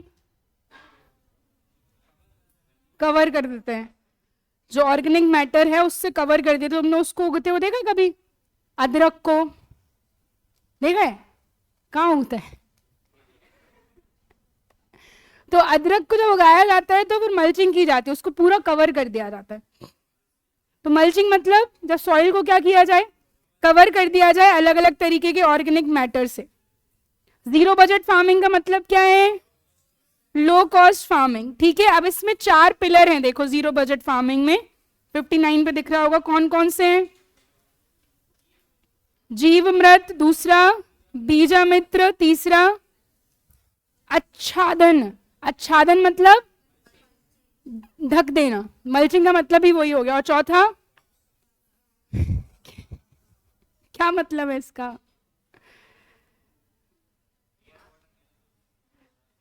थोड़ा सा वेपराइज्ड सा एटमॉस्फेयर होना, वास्प है वो, वास्प। ठीक है, अब तो बोलोगे ऑर्गेनिक फार्मिंग, क्या बोलोगे ऑर्गेनिक फार्मिंग में, what is the difference between natural farming and organic farming. बनी है टेबल एक, क्या है बताओ। ऑर्गेनिक मतलब जब ऑर्गेनिक मटेरियल का यूज करो, नेचुरल मतलब जब डिपेंडेंसी किस पे छोड़ दी, उगना है तो उग, नहीं तो फाड़ो यार, देख लिया अपने हिसाब से, वो क्या हो जाएगी natural. Method of farming that seeks to minimise external input, बाहर से आप बहुत कुछ नहीं कर रहे हो, उसको सॉइल पे छोड़ दिया, भाई उगाना है तो देख ले, नहीं उगाना तो बता फिर। ठीक, पढ़ो, मैं पूछूंगी ये चैप्टर। चलो, ये बायोपेस्टिसाइड में इनके नाम पढ़ लेना बैक्टीरियाओं के।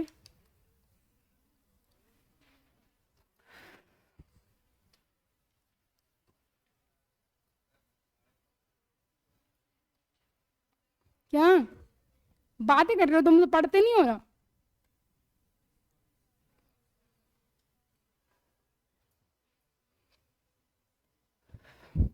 प्रसाद बट रहा है बाहर, फिर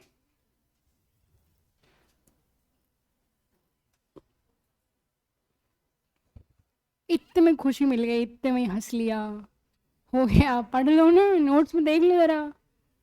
क्या नहीं है तो है, डर के रहे डाउट पूछने में, पढ़ लो भैया।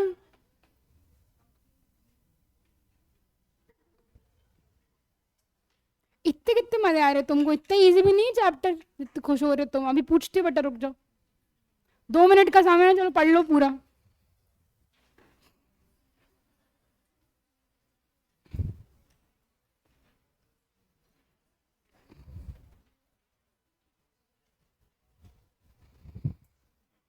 एक दिन पूरी बायो का रिवीजन कर लिया जाए, तुमसे तो होता ही नहीं है क्योंकि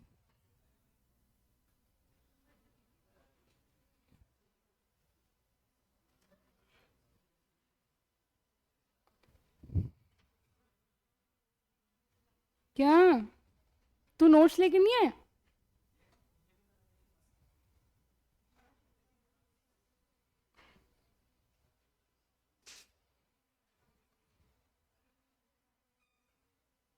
तेज पढ़ते नहीं हो रहा,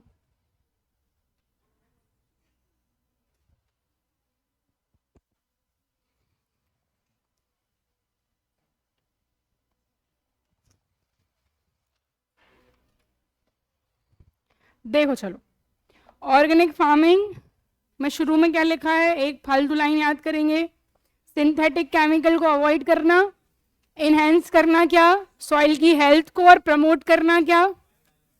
फिर आ गए हम हिस्ट्री में, तो कभी पूछ लिया जाए व्हाट इज ऑर्गेनिक फार्मिंग, तो यही लाइन लिखना है। फिर पूछेगा what are the benefits of organic farming, लिख लेंगे। सॉइल फर्टिलिटी, ये वो 2-4 पॉइंट लिख के और बस बत्ती देना। फिर एग्रीकल्चर पे आ जाओ कि what is the history, what is the history of organic farming. तो बोले कि सबसे पहले एक आदमी था, कौन, एल्बर्ट हॉवर्ड, वो अपनी वाइफ के साथ इंडिया आया और उसने देखा कि वाह क्या प्रैक्टिसेस है यहाँ पे एग्रीकल्चर की, वो इंस्पायर हो गया और फिर उसने दुनिया को बताया एक किताब लिख के। क्या नाम था इसकी किताब का, क्या नाम था, तो फिर इसीलिए इसको क्या बोल दिया, फादर ऑफ ऑर्गेनिक फार्मिंग। फिर दूसरा आदमी आया, इसका नाम क्या है, रुडोल्फ स्टेनर। इनने क्या टर्म दी, तो देखो अब जब भी बायोडायनामिक बोलेंगे हम पहला शब्द बोलेंगे क्या, होलिस्टिक अप्रोच। होलिस्टिक का मतलब ही होता है सबको साथ में लेकर के चलना। तो ये किस किस को साथ में लेकर के चल रहे हैं, सॉइल, प्लांट, एनिमल और ह्यूमंस को। इनने बोला कि मेरी वाली जो ये बायोडायनामिक है ना, ये मिक्सचर है दो का, किस किस का, फिलॉसफी का और इकोलॉजी का। फिर एक और भाई साहब आए, इनका नाम क्या है, नॉर्थबॉर्न ने क्या बोला, जो टर्म है ऑर्गेनिक फार्मिंग किसने दी है, नॉर्थबॉर्न। इसकी किताब का नाम क्या है, लुक टू द लैंड, ठीक है। और इसने बोला कि फार्म जो है, फार्म एज इन, फार्म क्या है, फार्म खुद एक ऑर्गेनिज्म है, ठीक है। फिर इसके बाद जापान से भी एक दादा आ गए क्या नाम है इनका, मसानोबु फुकुओका। ये क्या बोल रहे हैं, नेचुरल फार्मिंग। तो नेचुरल फार्मिंग का कंसेप्ट दे के जा रहे हैं भारत से चोरी करके जापान वाले भाई साहब, क्या नाम है इनका। फिर ऑर्गेनिक फार्मिंग इन इंडिया, बोले इंडिया तो बहुत सालों से ऑर्गेनिक फार्मिंग कर रहा था लेकिन पसंद नहीं आ रही, तो केमिकल फार्मिंग की तरफ चले गए, क्या लॉन्च कर दिया, ग्रीन रेवोल्यूशन। फिर बोले कि ग्रोथ की बात करो तो इंडिया को समझ में आ गया कि भाई सही नहीं है ग्रीन रेवोल्यूशन हमारे लिए। तो ग्लोबली हमारी क्या रैंक है, फार्मर्स के नंबर में फर्स्ट है।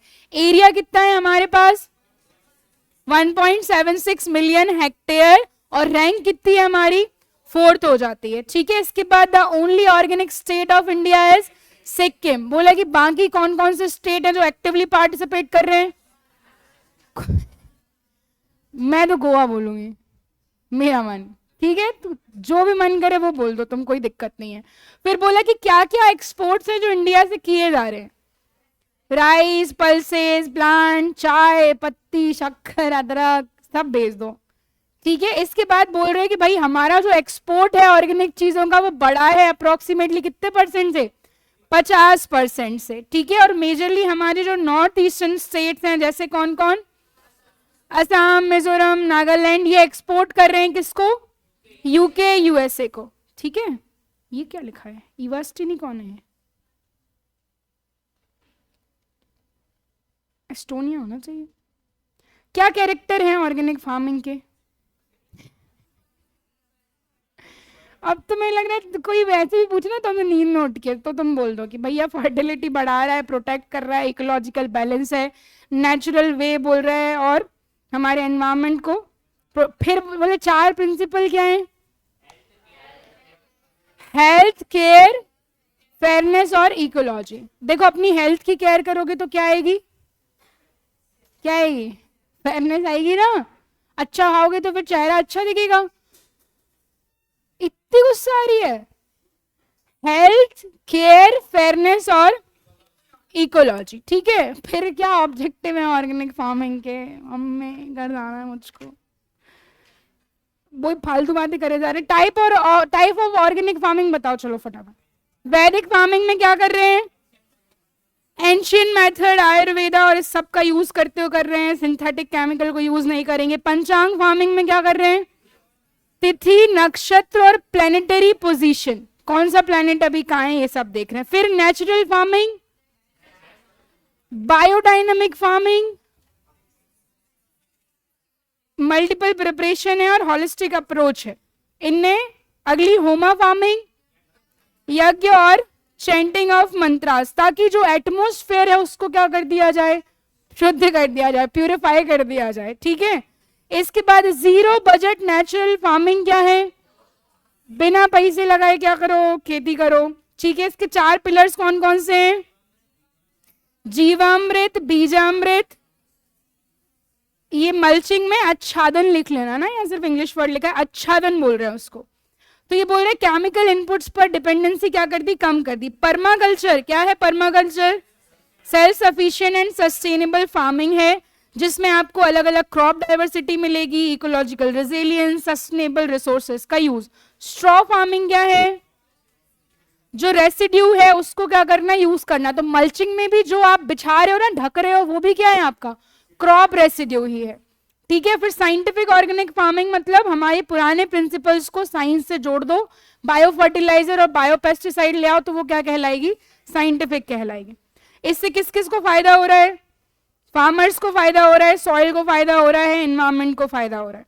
ठीक है, चैलेंजेस क्या हैं, अभी चैलेंजेस बताए थे मैंने तुमको, हाई कॉस्ट हो सकती है और लो प्रोडक्शन हो सकता है शुरुआत में, और इतनी जल्दी लाइसेंस नहीं मिल रहा है, प्रोसेस थोड़ी क्या है, कॉम्प्लेक्स है। फिर बोला कि बायो फर्टिलाइजर, बायो मतलब क्या, लिविंग, जब लिविंग माइक्रो ऑर्गेनिज्म को यूज कर रहे हैं हम फर्टिलिटी बढ़ाने के लिए, तो उसको क्या बोल रहे हैं, बायो फर्टिलाइजर। फिर इनमें टाइप देख लिए हमने, टाइप में सबसे पहले हमको मिला कौन, राइजोबियम।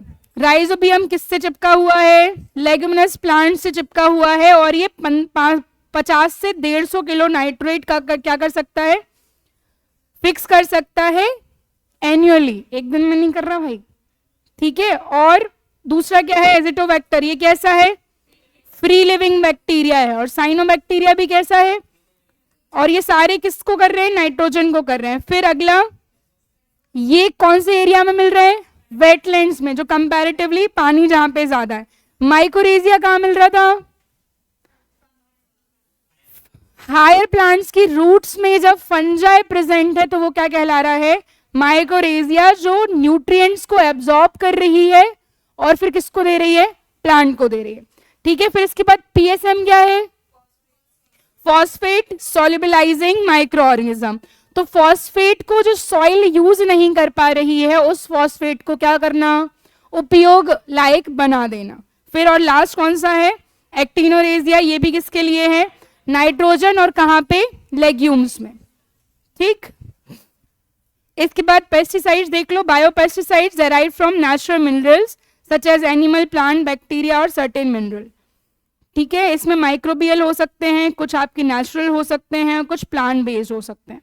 फिर बायोपेस्टिसाइड और केमिकल पेस्टिसाइड में डिफरेंस क्या लिखा है, बायोपेस्टिसाइड्स कैसे होंगे, बायोडिग्रेडेबल। बायोडिग्रेडेबल मतलब जो आसानी से क्या हो जाए, डिग्रेड हो जाए, और इकोलॉजिकल फ्रेंडली होंगे। और जस्ट अपोजिट बोल दो आपके केमिकल फर्टिलाइजर को, एनवायरमेंट में क्या कॉज कर सकता है, पॉल्यूशन।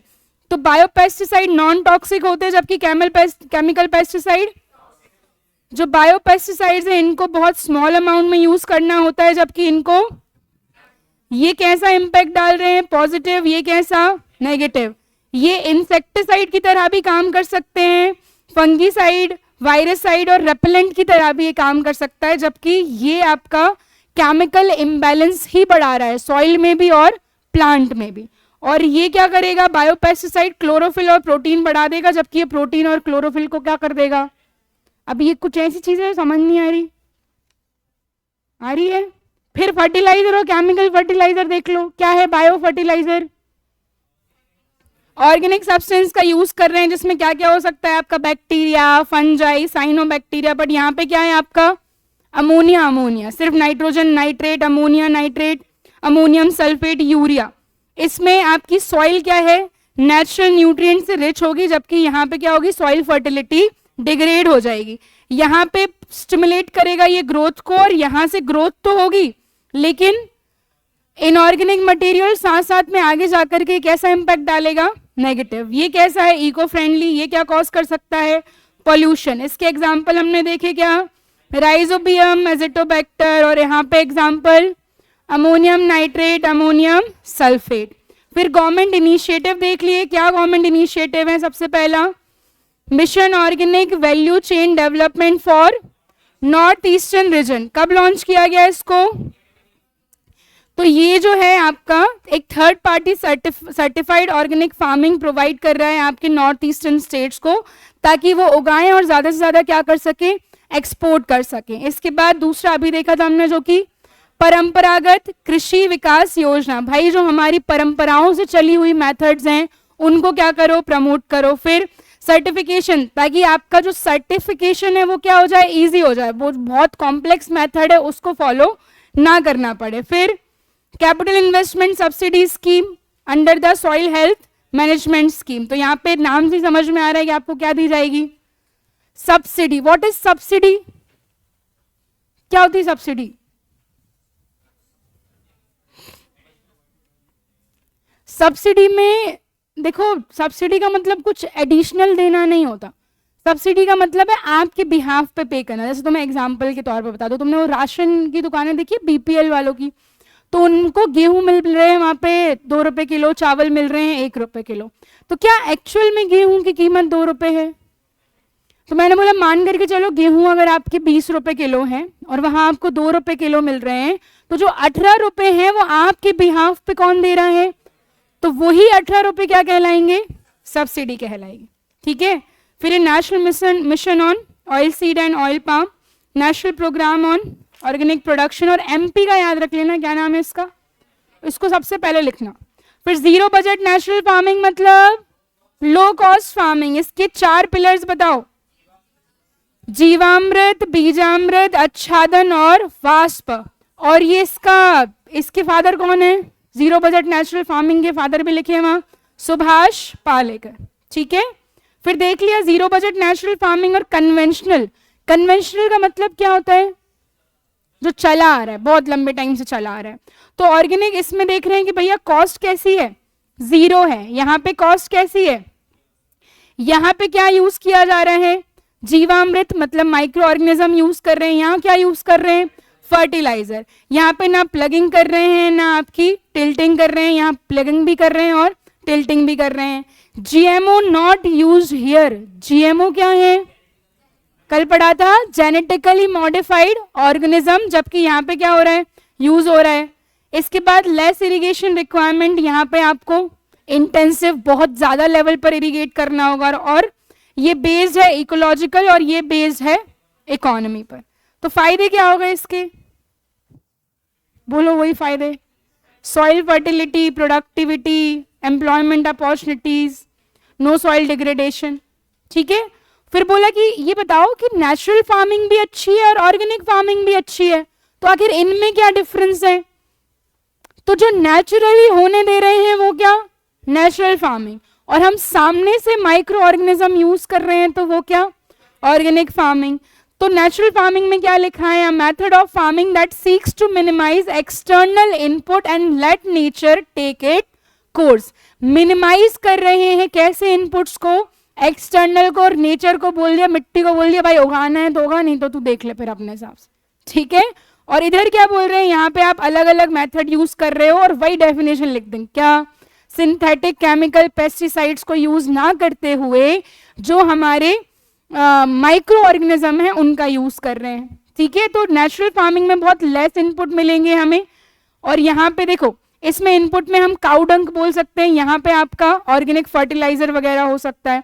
सॉइल मैनेजमेंट, तो कुल मिलाकर के नेचुरल फार्मिंग में आपको क्या लिखना है? हमें ये समझ में आया कि हमारे एफर्ट्स क्या है यहाँ पे बहुत कम है, कि ना तो हमें बहुत ज्यादा ध्यान देना है ना बहुत अलग अलग चीजों का उपयोग करना है, बट ऐसी मेथड परफॉर्म करनी है जिसमें नेचर अपने आप में क्या करे? आउट परफॉर्मिंग करे। बट ऑर्गेनिक में हम जो पढ़ करके आए हमें वो सारे इनपुट देना है, हमें बायो फर्टिलाइजर का यूज करना है, बायो पेस्टिसाइड का यूज करना है। कुल मिलाकर के हमें ध्यान रखना है कि हम क्या अवॉइड करें?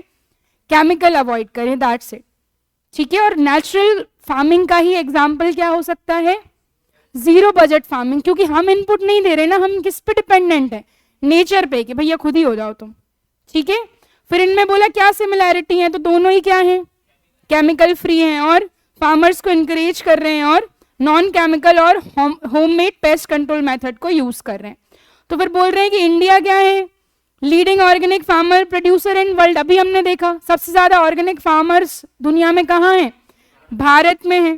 ठीक है। ऑर्गेनिक एक्सपोर्ट जो है ये भी क्या हो रहा है? ग्रो हो रहा है। और फिर अब ऑर्गेनिक फार्मिंग और कन्वेंशनल में तो डिफरेंस लिख ही लेंगे। कन्वेंशनल में केमिकल का यूज करना है, ऑर्गेनिक में नहीं करना है, यही बात है। What is the role of micro organism in organic farming? तो देखो सबसे पहले ये क्या करेगा? डीकंपोजिशन करेगा। हमने देखा ह्यूमस, क्या था ह्यूमस?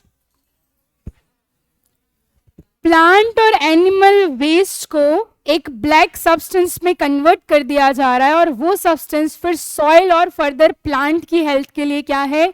इंपॉर्टेंट है। ये क्या कर रहा था? सॉइल का टेक्सचर इंप्रूव कर रहा था, वाटर होल्डिंग कैपेसिटी बढ़ा रहा था और फर्टिलिटी बढ़ा रहा था। तो इसको करने के लिए भी आपको माइक्रो ऑर्गेनिज्म रिक्वायर्ड है जो क्या करेंगे? डीकंपोजिशन करेंगे। फिर न्यूट्रिएंट साइकिल, तो सॉइल के लिए कौन कौन से न्यूट्रिएंट इंपॉर्टेंट है? 3 याद रखेंगे, क्या? नाइट्रोजन, फॉस्फोरस और पोटेशियम। इसके बाद सॉइल स्ट्रक्चर, सॉइल का स्ट्रक्चर इंप्रूव कर रहा है, पार्टिकल्स जो हैं बाइंड हो आपस में, प्लांट की ग्रोथ को प्रमोट करेगा, ठीक है, पेस्ट एंड डिसीज को कंट्रोल करेगा, कार्बन सिक्वेस्ट्रेशन करेगा, स्पेसिफिक माइक्रो ऑर्गेनिज्म और इनके रोल हम जो पीछे देख करके आए हैं कि कौन क्या कर रहा था, उनके ही नाम लिखने हैं, that's it. Thank you ma'am. क्या होता है अभी, समय है, अभी नहीं छोड़ूंगा। नहीं, मैं नहीं थकती, 9 लेक्चर लेती हूँ मैं दिन में, तुम थक गए। पढ़ो चलो, पूछूंगी मैं, what are the importance of organic farming. एक बार तूने नोट्स में झांक के नहीं देखा कि मैं क्या पढ़ा रही हूं, हैं? ब्रेक, इतना तो पढ़ा भी नहीं तुमने, इतना तुम्हें ब्रेक चाहिए। क्या है, आप जबर नहीं हंस रहे हो, क्या हो गया? पढ़ो जल्दी फटाफट, कुछ तो डाउट पूछो यार, कोई डाउट नहीं है तुमको? फालतू की बटरिंग कर रहा है, ये सहेलियां नहीं माननी है। और क्या कर रहे हो भाई, ऐसे कैसे पढ़ रहे हो इतनी खुशी से?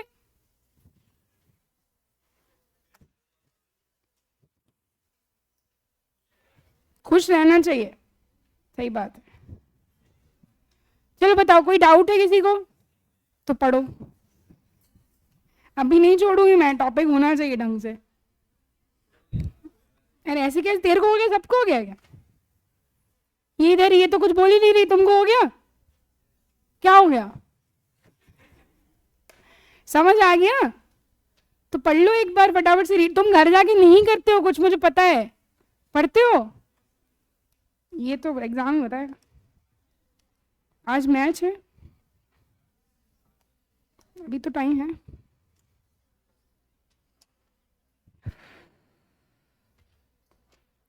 देखो उस दिन ये याद की थी, ब्रांचेस ऑफ साइंस, एक आध इधर से भूल भटकती हुई आ जाती। जूलॉजी मतलब what? Study of animals. Botany मतलब क्या? फिजियोलॉजी। फिजियोथेरेपी सुनी है? क्या होती फिजियोथेरेपी? बॉडी के पार्ट्स को ठीक कर रही है ना, ठोक पीटी कर रही है, ठीक है। तो फिजियोग्राफी भी किससे रिलेटेड हो गई आपकी? सॉरी, फिजियोलॉजी किससे रिलेटेड हो गई? Function of body work.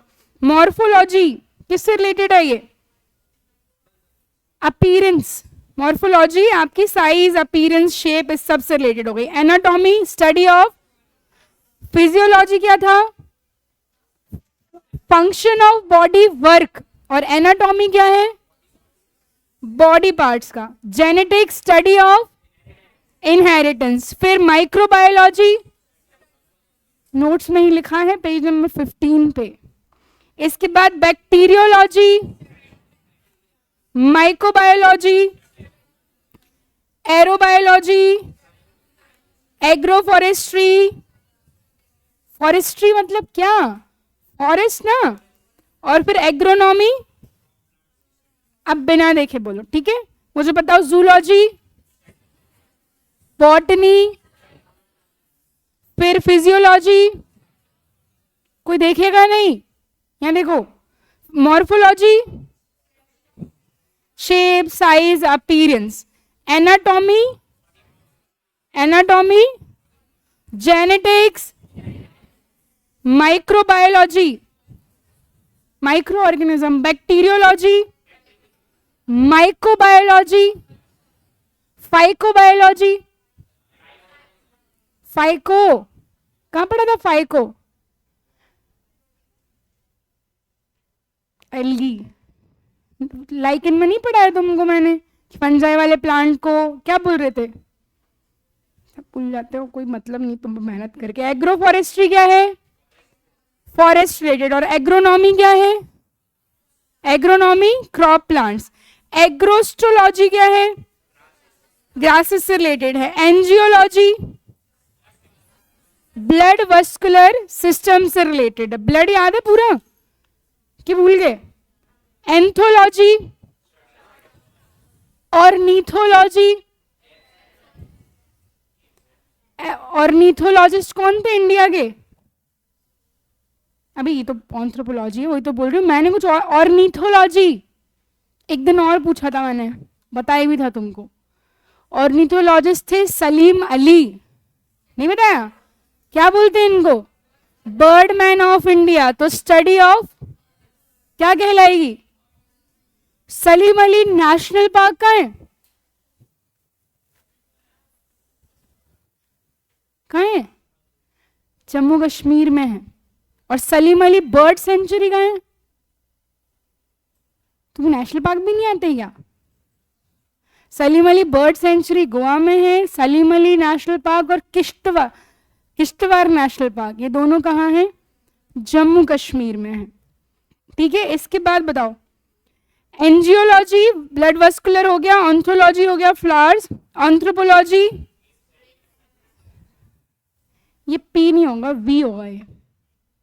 ठीक है, फिर कैरियोलॉजी, कैरो मतलब क्या होता है, पढ़ चुके हैं हम।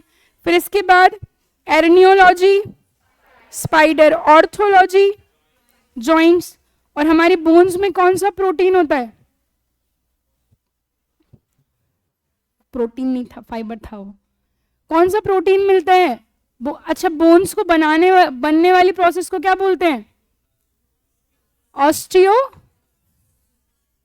ब्लास्ट, और टूटना ऑस्टियोप्लास्ट। सब पढ़ा है, सब भूलते जा रहे हो। कार्डियोलॉजी मतलब क्या? हार्ट में खुद में ब्लड ले जाने वाली आर्टरीज का नाम क्या था, जो खुद हार्ट के लिए खून ले जा रही थी? हैं? तो मारना चाहिए इस बात पे तो, कोरोनरी आर्टरीज। ठीक है, ये कॉन्ड्रोलॉजी पढ़ा था, याद है? कॉन्ड्रोलॉजी किससे रिलेटेड था? कार्टिलेज से। क्रोमेटोलॉजी पिगमेंट से। अब फिर से बोलो, एग्रोस्टोलॉजी ग्रास हो गए। एंजियोलॉजी, देखो मत, बिना देखे बोलो, angiology, anthology, anthropology apes and man, karyology, एर्नियोलॉजी, ऑर्थ्रोलॉजी, कार्डियोलॉजी और कॉन्ड्रियोलॉजी, क्रोमेटोग्राफी, क्रायोबायोलॉजी। एक्चुअली ये जो टर्म है ना क्रायो, इसका मतलब ही होता है क्या? वेरी लो, क्रायोजेनिक इंजन जो बहुत लो टेम्परेचर का फ्यूल यूज करता है। तो क्रायोबायोलॉजी मतलब कि study of effect on life of a very low temperature. ठीक है, अभी फिलहाल इतनी रहने दो, नहीं तो फिर कंफ्यूज हो जाओगे। अब मैं रैंडम पूछ रही हूँ, बिना देखे कोई देखेगा तो पाप लगेगा तुमको। ठीक है, बताओ, माइक्रोबायोलॉजी, माइक्रो ऑर्गेनिज्म, देते इसकी टपली पे वहीं। Microbiology fungi, microbiology is study of micro organism. Genetics inheritance, anatomy body parts, physiology functions of the body, agronomy crop plants, agroforestry forest, angiology blood vascular system, angiology, और cardiology study of heart, karyology nucleus. ठीक है, anthology flowers, chromatology pigment. ठीक है, और ये application पढ़ लेना तुम खुद, कुछ नहीं है इसमें। माइक्रो ऑर्गेनिज्म कितने टाइप के पढ़े थे हमने? माइक्रो ऑर्गेनिज्म में जो डिवीजन किया था वो कौन कौन से थे? अरे अभी तो पढ़ा है, 3-4 दिन तो है माइक्रो ऑर्गेनिज्म को। मोनेरा, प्रोटिस्टा, फंजाई, एल्गी और वायरस, ये माइक्रो ऑर्गेनिज्म है। और जो 5 किंगडम क्लासिफिकेशन था उसमें क्या क्या था? मोनेरा, प्रोटिस्टा, फंजाई, एनिमिलिया और प्लांट। ठीक है, फिर इसके बाद व्हाट वाज प्लाज्मिड? प्लाज्मिड क्या है? Extra DNA. और अगर किसी बैक्टीरिया में प्लाज्मिड प्रेजेंट है तो क्या होगा? क्या होगा? ऐसे रटवा के पढ़ा, सब भूलते जा रहे हो, क्या करे? अरे प्लाज्मिड क्या कर रहा था, रेजिस्टेंट दे रहा था ना, कितनी भी एंटीबायोटिक खाओगे वो बैक्टीरिया नहीं मरेगा, स्ट्रॉन्ग हो गया, एक्स्ट्रा डीएनए मिल गया ना उसको, तो अब आप उसके ऊपर इम्पैक्ट नहीं आएगा किसका, एंटीबायोटिक्स का, बॉडीज नहीं, एंटीबायोटिक। शर्म ही नहीं आ रही। पिलाई क्या थे, पिलाई thread like structure in pseudopodia अलग चीज है भाई मेरे। पिलाई बैक्टीरिया में थ्रेड लाइक स्ट्रक्चर थे जो एक बैक्टीरिया से दूसरे बैक्टीरिया में डीएनए ट्रांसफर का काम कर रहे थे। फ्लैजेला क्या था, फ्लैजेला या फ्लैजेलम, मूवमेंट के लिए थ्रेड लाइक स्ट्रक्चर।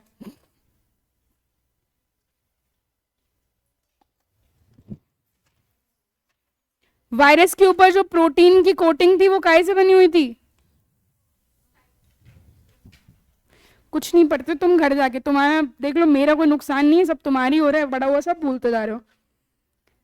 कैप्सिड नहीं पढ़ा था, कैप्सिड की लेयर थी जो बनी थी कैप्सोमियर्स की, क्योंकि वायरस जिंदा तो होता नहीं है, उसमें सेल तो होती नहीं, ले दे के वायरस के पास क्या होता है, मैं पेन फेंक के मार दूंगी। नहीं पढ़ा है कि डीएनए आरएनए होता है, या तो डीएनए होगा, मुंडी हिला रहे हैं, बोलो तो सही कि या तो डीएनए या आरएनए, और उसको प्रोटेक्ट करने के लिए वायरस एक कोट पहन रहा है जिसको क्या बोल रहे हैं, कैप्सिड से कैप्सिड बोल रहे हैं, और बना किससे है, कैप्सोमियर से। फिर हमने एक और टर्म पढ़ी, वायरॉइड, तो वायरॉइड में सिर्फ क्या होता है, आरएनए होता है, और उसको प्रोटेक्ट करने के लिए उसके पास कोई भी प्रोटीन की लेयर नहीं होती। एल्गी कितने टाइप की पढ़ी थी, एल्गी के टाइप पढ़े थे, ग्रीन, ब्राउन और ब्लैक, मन से बना दो। रेड, ये भी तुमको 4 दिन पुराना ही याद नहीं है, ईश्वर जाने इतने सब्जेक्ट तुम कैसे याद रखोगे। पढ़ा करो भाई, पढ़ा करो, रिवीजन नहीं करोगे तो सब वेस्ट है। और देखने दो मेरे को। डिस्कवरर ऑफ सेल कौन था, रॉबर्ट भट्ट। सुन लेगी ना उसकी आत्मा वहीं प्राण त्याग दी दोबारा से। रॉबर्ट हुक, जो कि क्या थी, एक डेड सेल थी। जिंदा सेल किसने खोजी, मुंह के स्ट्रक्चर पहले बना लिए, शब्द बाद में निकाले हैं। और ये क्या क्या था, एक जो जिंदा सेल खोजी गई थी वो कौन था, बैक्टीरिया था, इसलिए बैक्टीरिया का डिस्कवरर भी है। और न्यूक्लियस का रॉबर्ट ब्राउन था। और जो सेल थ्योरी है किसने दी थी, शील्डन और स्वान ने क्या बोला था, क्या बोला था, मुंह में तो आ रहा है, बोल नहीं पा रहे बस। जो सेल है, क्या सेल, सेल जो है, नई सेल जो बन रही है वो पुरानी सेल से ही बनी है, यही बोला था शील्डन और स्वान ने। पापियो, रुडोल्फ विर्को ने बोला था ये, ओमनस सेल्ला ई सेल्ला नहीं बोला, इनने बोला था कि भैया बॉडी जो है वो किससे मिलके बनी है, सेल से मिलके बनी है, जो आपकी बेसिक बिल्डिंग ब्लॉक है, फंक्शनल और स्ट्रक्चरल यूनिट है। फिर सेल को नेचर के आधार पर कितने भागों में बांटा था, प्रोकैरियोटिक एंड प्रोकैरियोटिक, मतलब पुराना, पुराना बोला है। प्रो मतलब प्रिमिटिव, और कैरियोस मतलब तो जिसका न्यूक्लियस डेवलप ना हो, और डेवलप होने का मतलब क्या था, उसके आसपास न्यूक्लियस के पास न्यूक्लियर मेम्ब्रेन होगी ना बेटा, न्यूक्लियर मेम्ब्रेन ना हो मतलब कि जो डीएनए है वो कैसा है, अरे नेकेड डीएनए। इतना रटाया तुमको, तुम सब कुछ तो भूल गए हो। मैं नहीं पढ़ाऊंगी अगला आप कोई सब्जेक्ट तुमको। सेल की अक्रेंस के आधार पर क्या था, 2 टाइप की थी, यूनिसेलुलर और यूनी मतलब, और मल्टी मतलब। कौन कौन से थे जो यूनिसेलुलर थे, मोनेरा और प्रोटिस्टा। और मोड ऑफ न्यूट्रिशन कितने टाइप के पढ़े थे हमने, ऑटोट्रॉफिक एंड ऑटोट्रॉफिक। कितने टाइप का था बताओ कौन से, और कीमोसिंथेसिस। और हेटेरोट्रॉफिक तुम्हारे घर में ही बन रहा था क्या? दो बताओ। पहला सेप्रोफाइटिक, पैरासाइटिक, सिम्बायोटिक और होलोजोइक। सेप्रोफाइटिक मतलब क्या? Dead and डिकिंग। Parasitic host, symbiotic mutual, दोनों को फायदा। और होलोजोइक ह्यूमंस, कॉम्प्लेक्स कंज्यूम करना और उसको सिंपलर फॉर्म में कन्वर्ट करना। हे भगवान, भगवान मालिक है तुम्हारा। प्लाज्मा मेम्ब्रेन जो है वो काई की बनी होती है? लिपिड। लिपिड क्या होता है? लिपिड होता है। लिपिड प्रोटीन नहीं होता, लिपिड फैट होता है। अगर लिपिड और प्रोटीन एक ही होते तो लिपिड एंड प्रोटीन क्यों लिखवाती? सिर्फ प्रोटीन लिखवाती ना। कुछ बोलने का काबिल ही नहीं छोड़ रहे आज तुम। तुमको खुद, तुम जो हंस रहे हो ना, तुम खुद पे हंस रहे हो, मैं भी तुम पे हंस रही हूँ। आई समझ? बड़ा ही वो लग रहा है, कुछ ही याद नहीं है, सब भूल भाल गए हो। और मियोसिस माइटोसिस में तो पता नहीं क्या हो रहा होगा तुम्हारा। प्लांट्स, कितने टाइप के प्लांट्स पड़े हैं? प्लांट्स बताओ चलो। जिनमें सीड्स नहीं होते उनको क्या बोलते हैं? जिनमें सीड नहीं होते थैलोफाइटा। पापिन। क्रिप्टोगैमस, जिसमें सीड नहीं होते, जिसमें होते हैं फेनेरोगैमस। और जिसमें नहीं थे वो कितने टाइप के थे? कौन कौन से?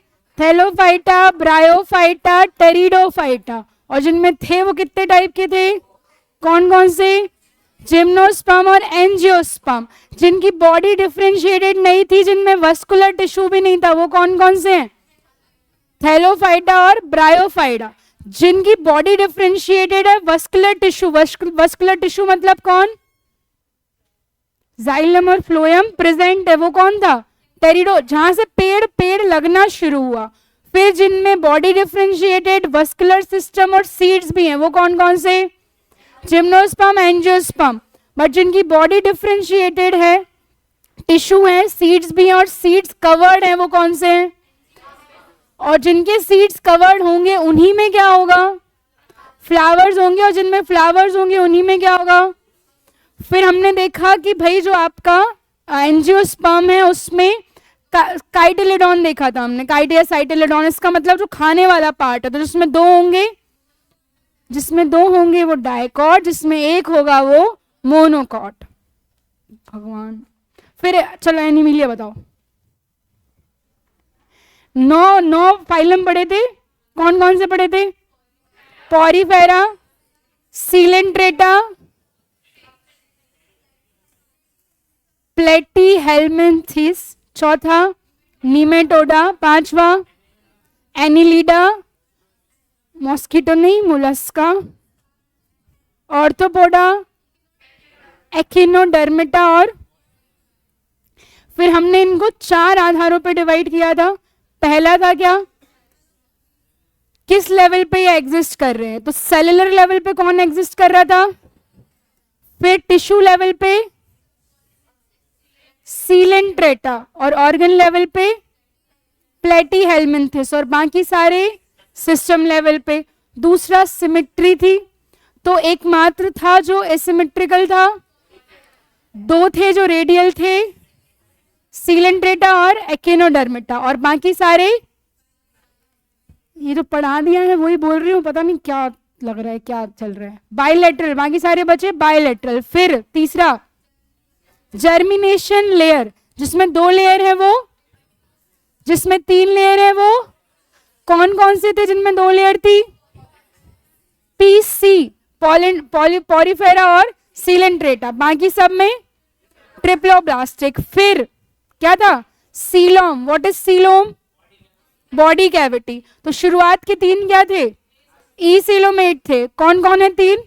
पॉरीफेरा, सीलेंट्रेटा और प्लेटीहेल्मिन्थेस। फिर जो चौथा था कौन? चौथा नीमेटोडा। ये कैसा है? सूडोसिलोमेट। और बाकी सारे एसिलोमेट। इन सब में क्या है आपका सीलोम है कि नहीं है। और एकमात्र था जिसके पास नोटोकॉर्ड मिल रही थी, वो कौन सा था? कॉर्डेटा। और यही बाद में जाकर के क्या बन रही थी आपकी? स्पाइनल या वर्टिब्रल कॉलम। और ये कितने टाइप के हैं? 5। परम याद कराया था, पी से पाइसेस, जिनको क्या बोलते हैं हम? फिश। फिर ए से एम्फीबियन और आर से रेप्टाइल। और फिर ए और एम एव्स एंड मैमल्स। तो इसमें कौन से होते हैं जिनमें 2 चैम्बर्ड हार्ट होता है? सबसे पहले वाले पाइसेस जो है वो 2 चैम्बर्ड। फिर बीच के एम्फीबियन और रेप्टाइल, इनमें जिसका एकमात्र एक्सेप्शन कौन था? और लास्ट आखिरी के दोनों एव्स और मैमल्स में 4 चैम्बर्ड हार्ट। ये हमेशा मैं नहीं रहूंगी ना रिवाइज कराने के लिए, घर पे जाके पढ़ा लिखा करो। कुछ आए नोट्स रख लिए, ले गए, फिर आए, फिर चले गए, यही कर रहे हो तुम।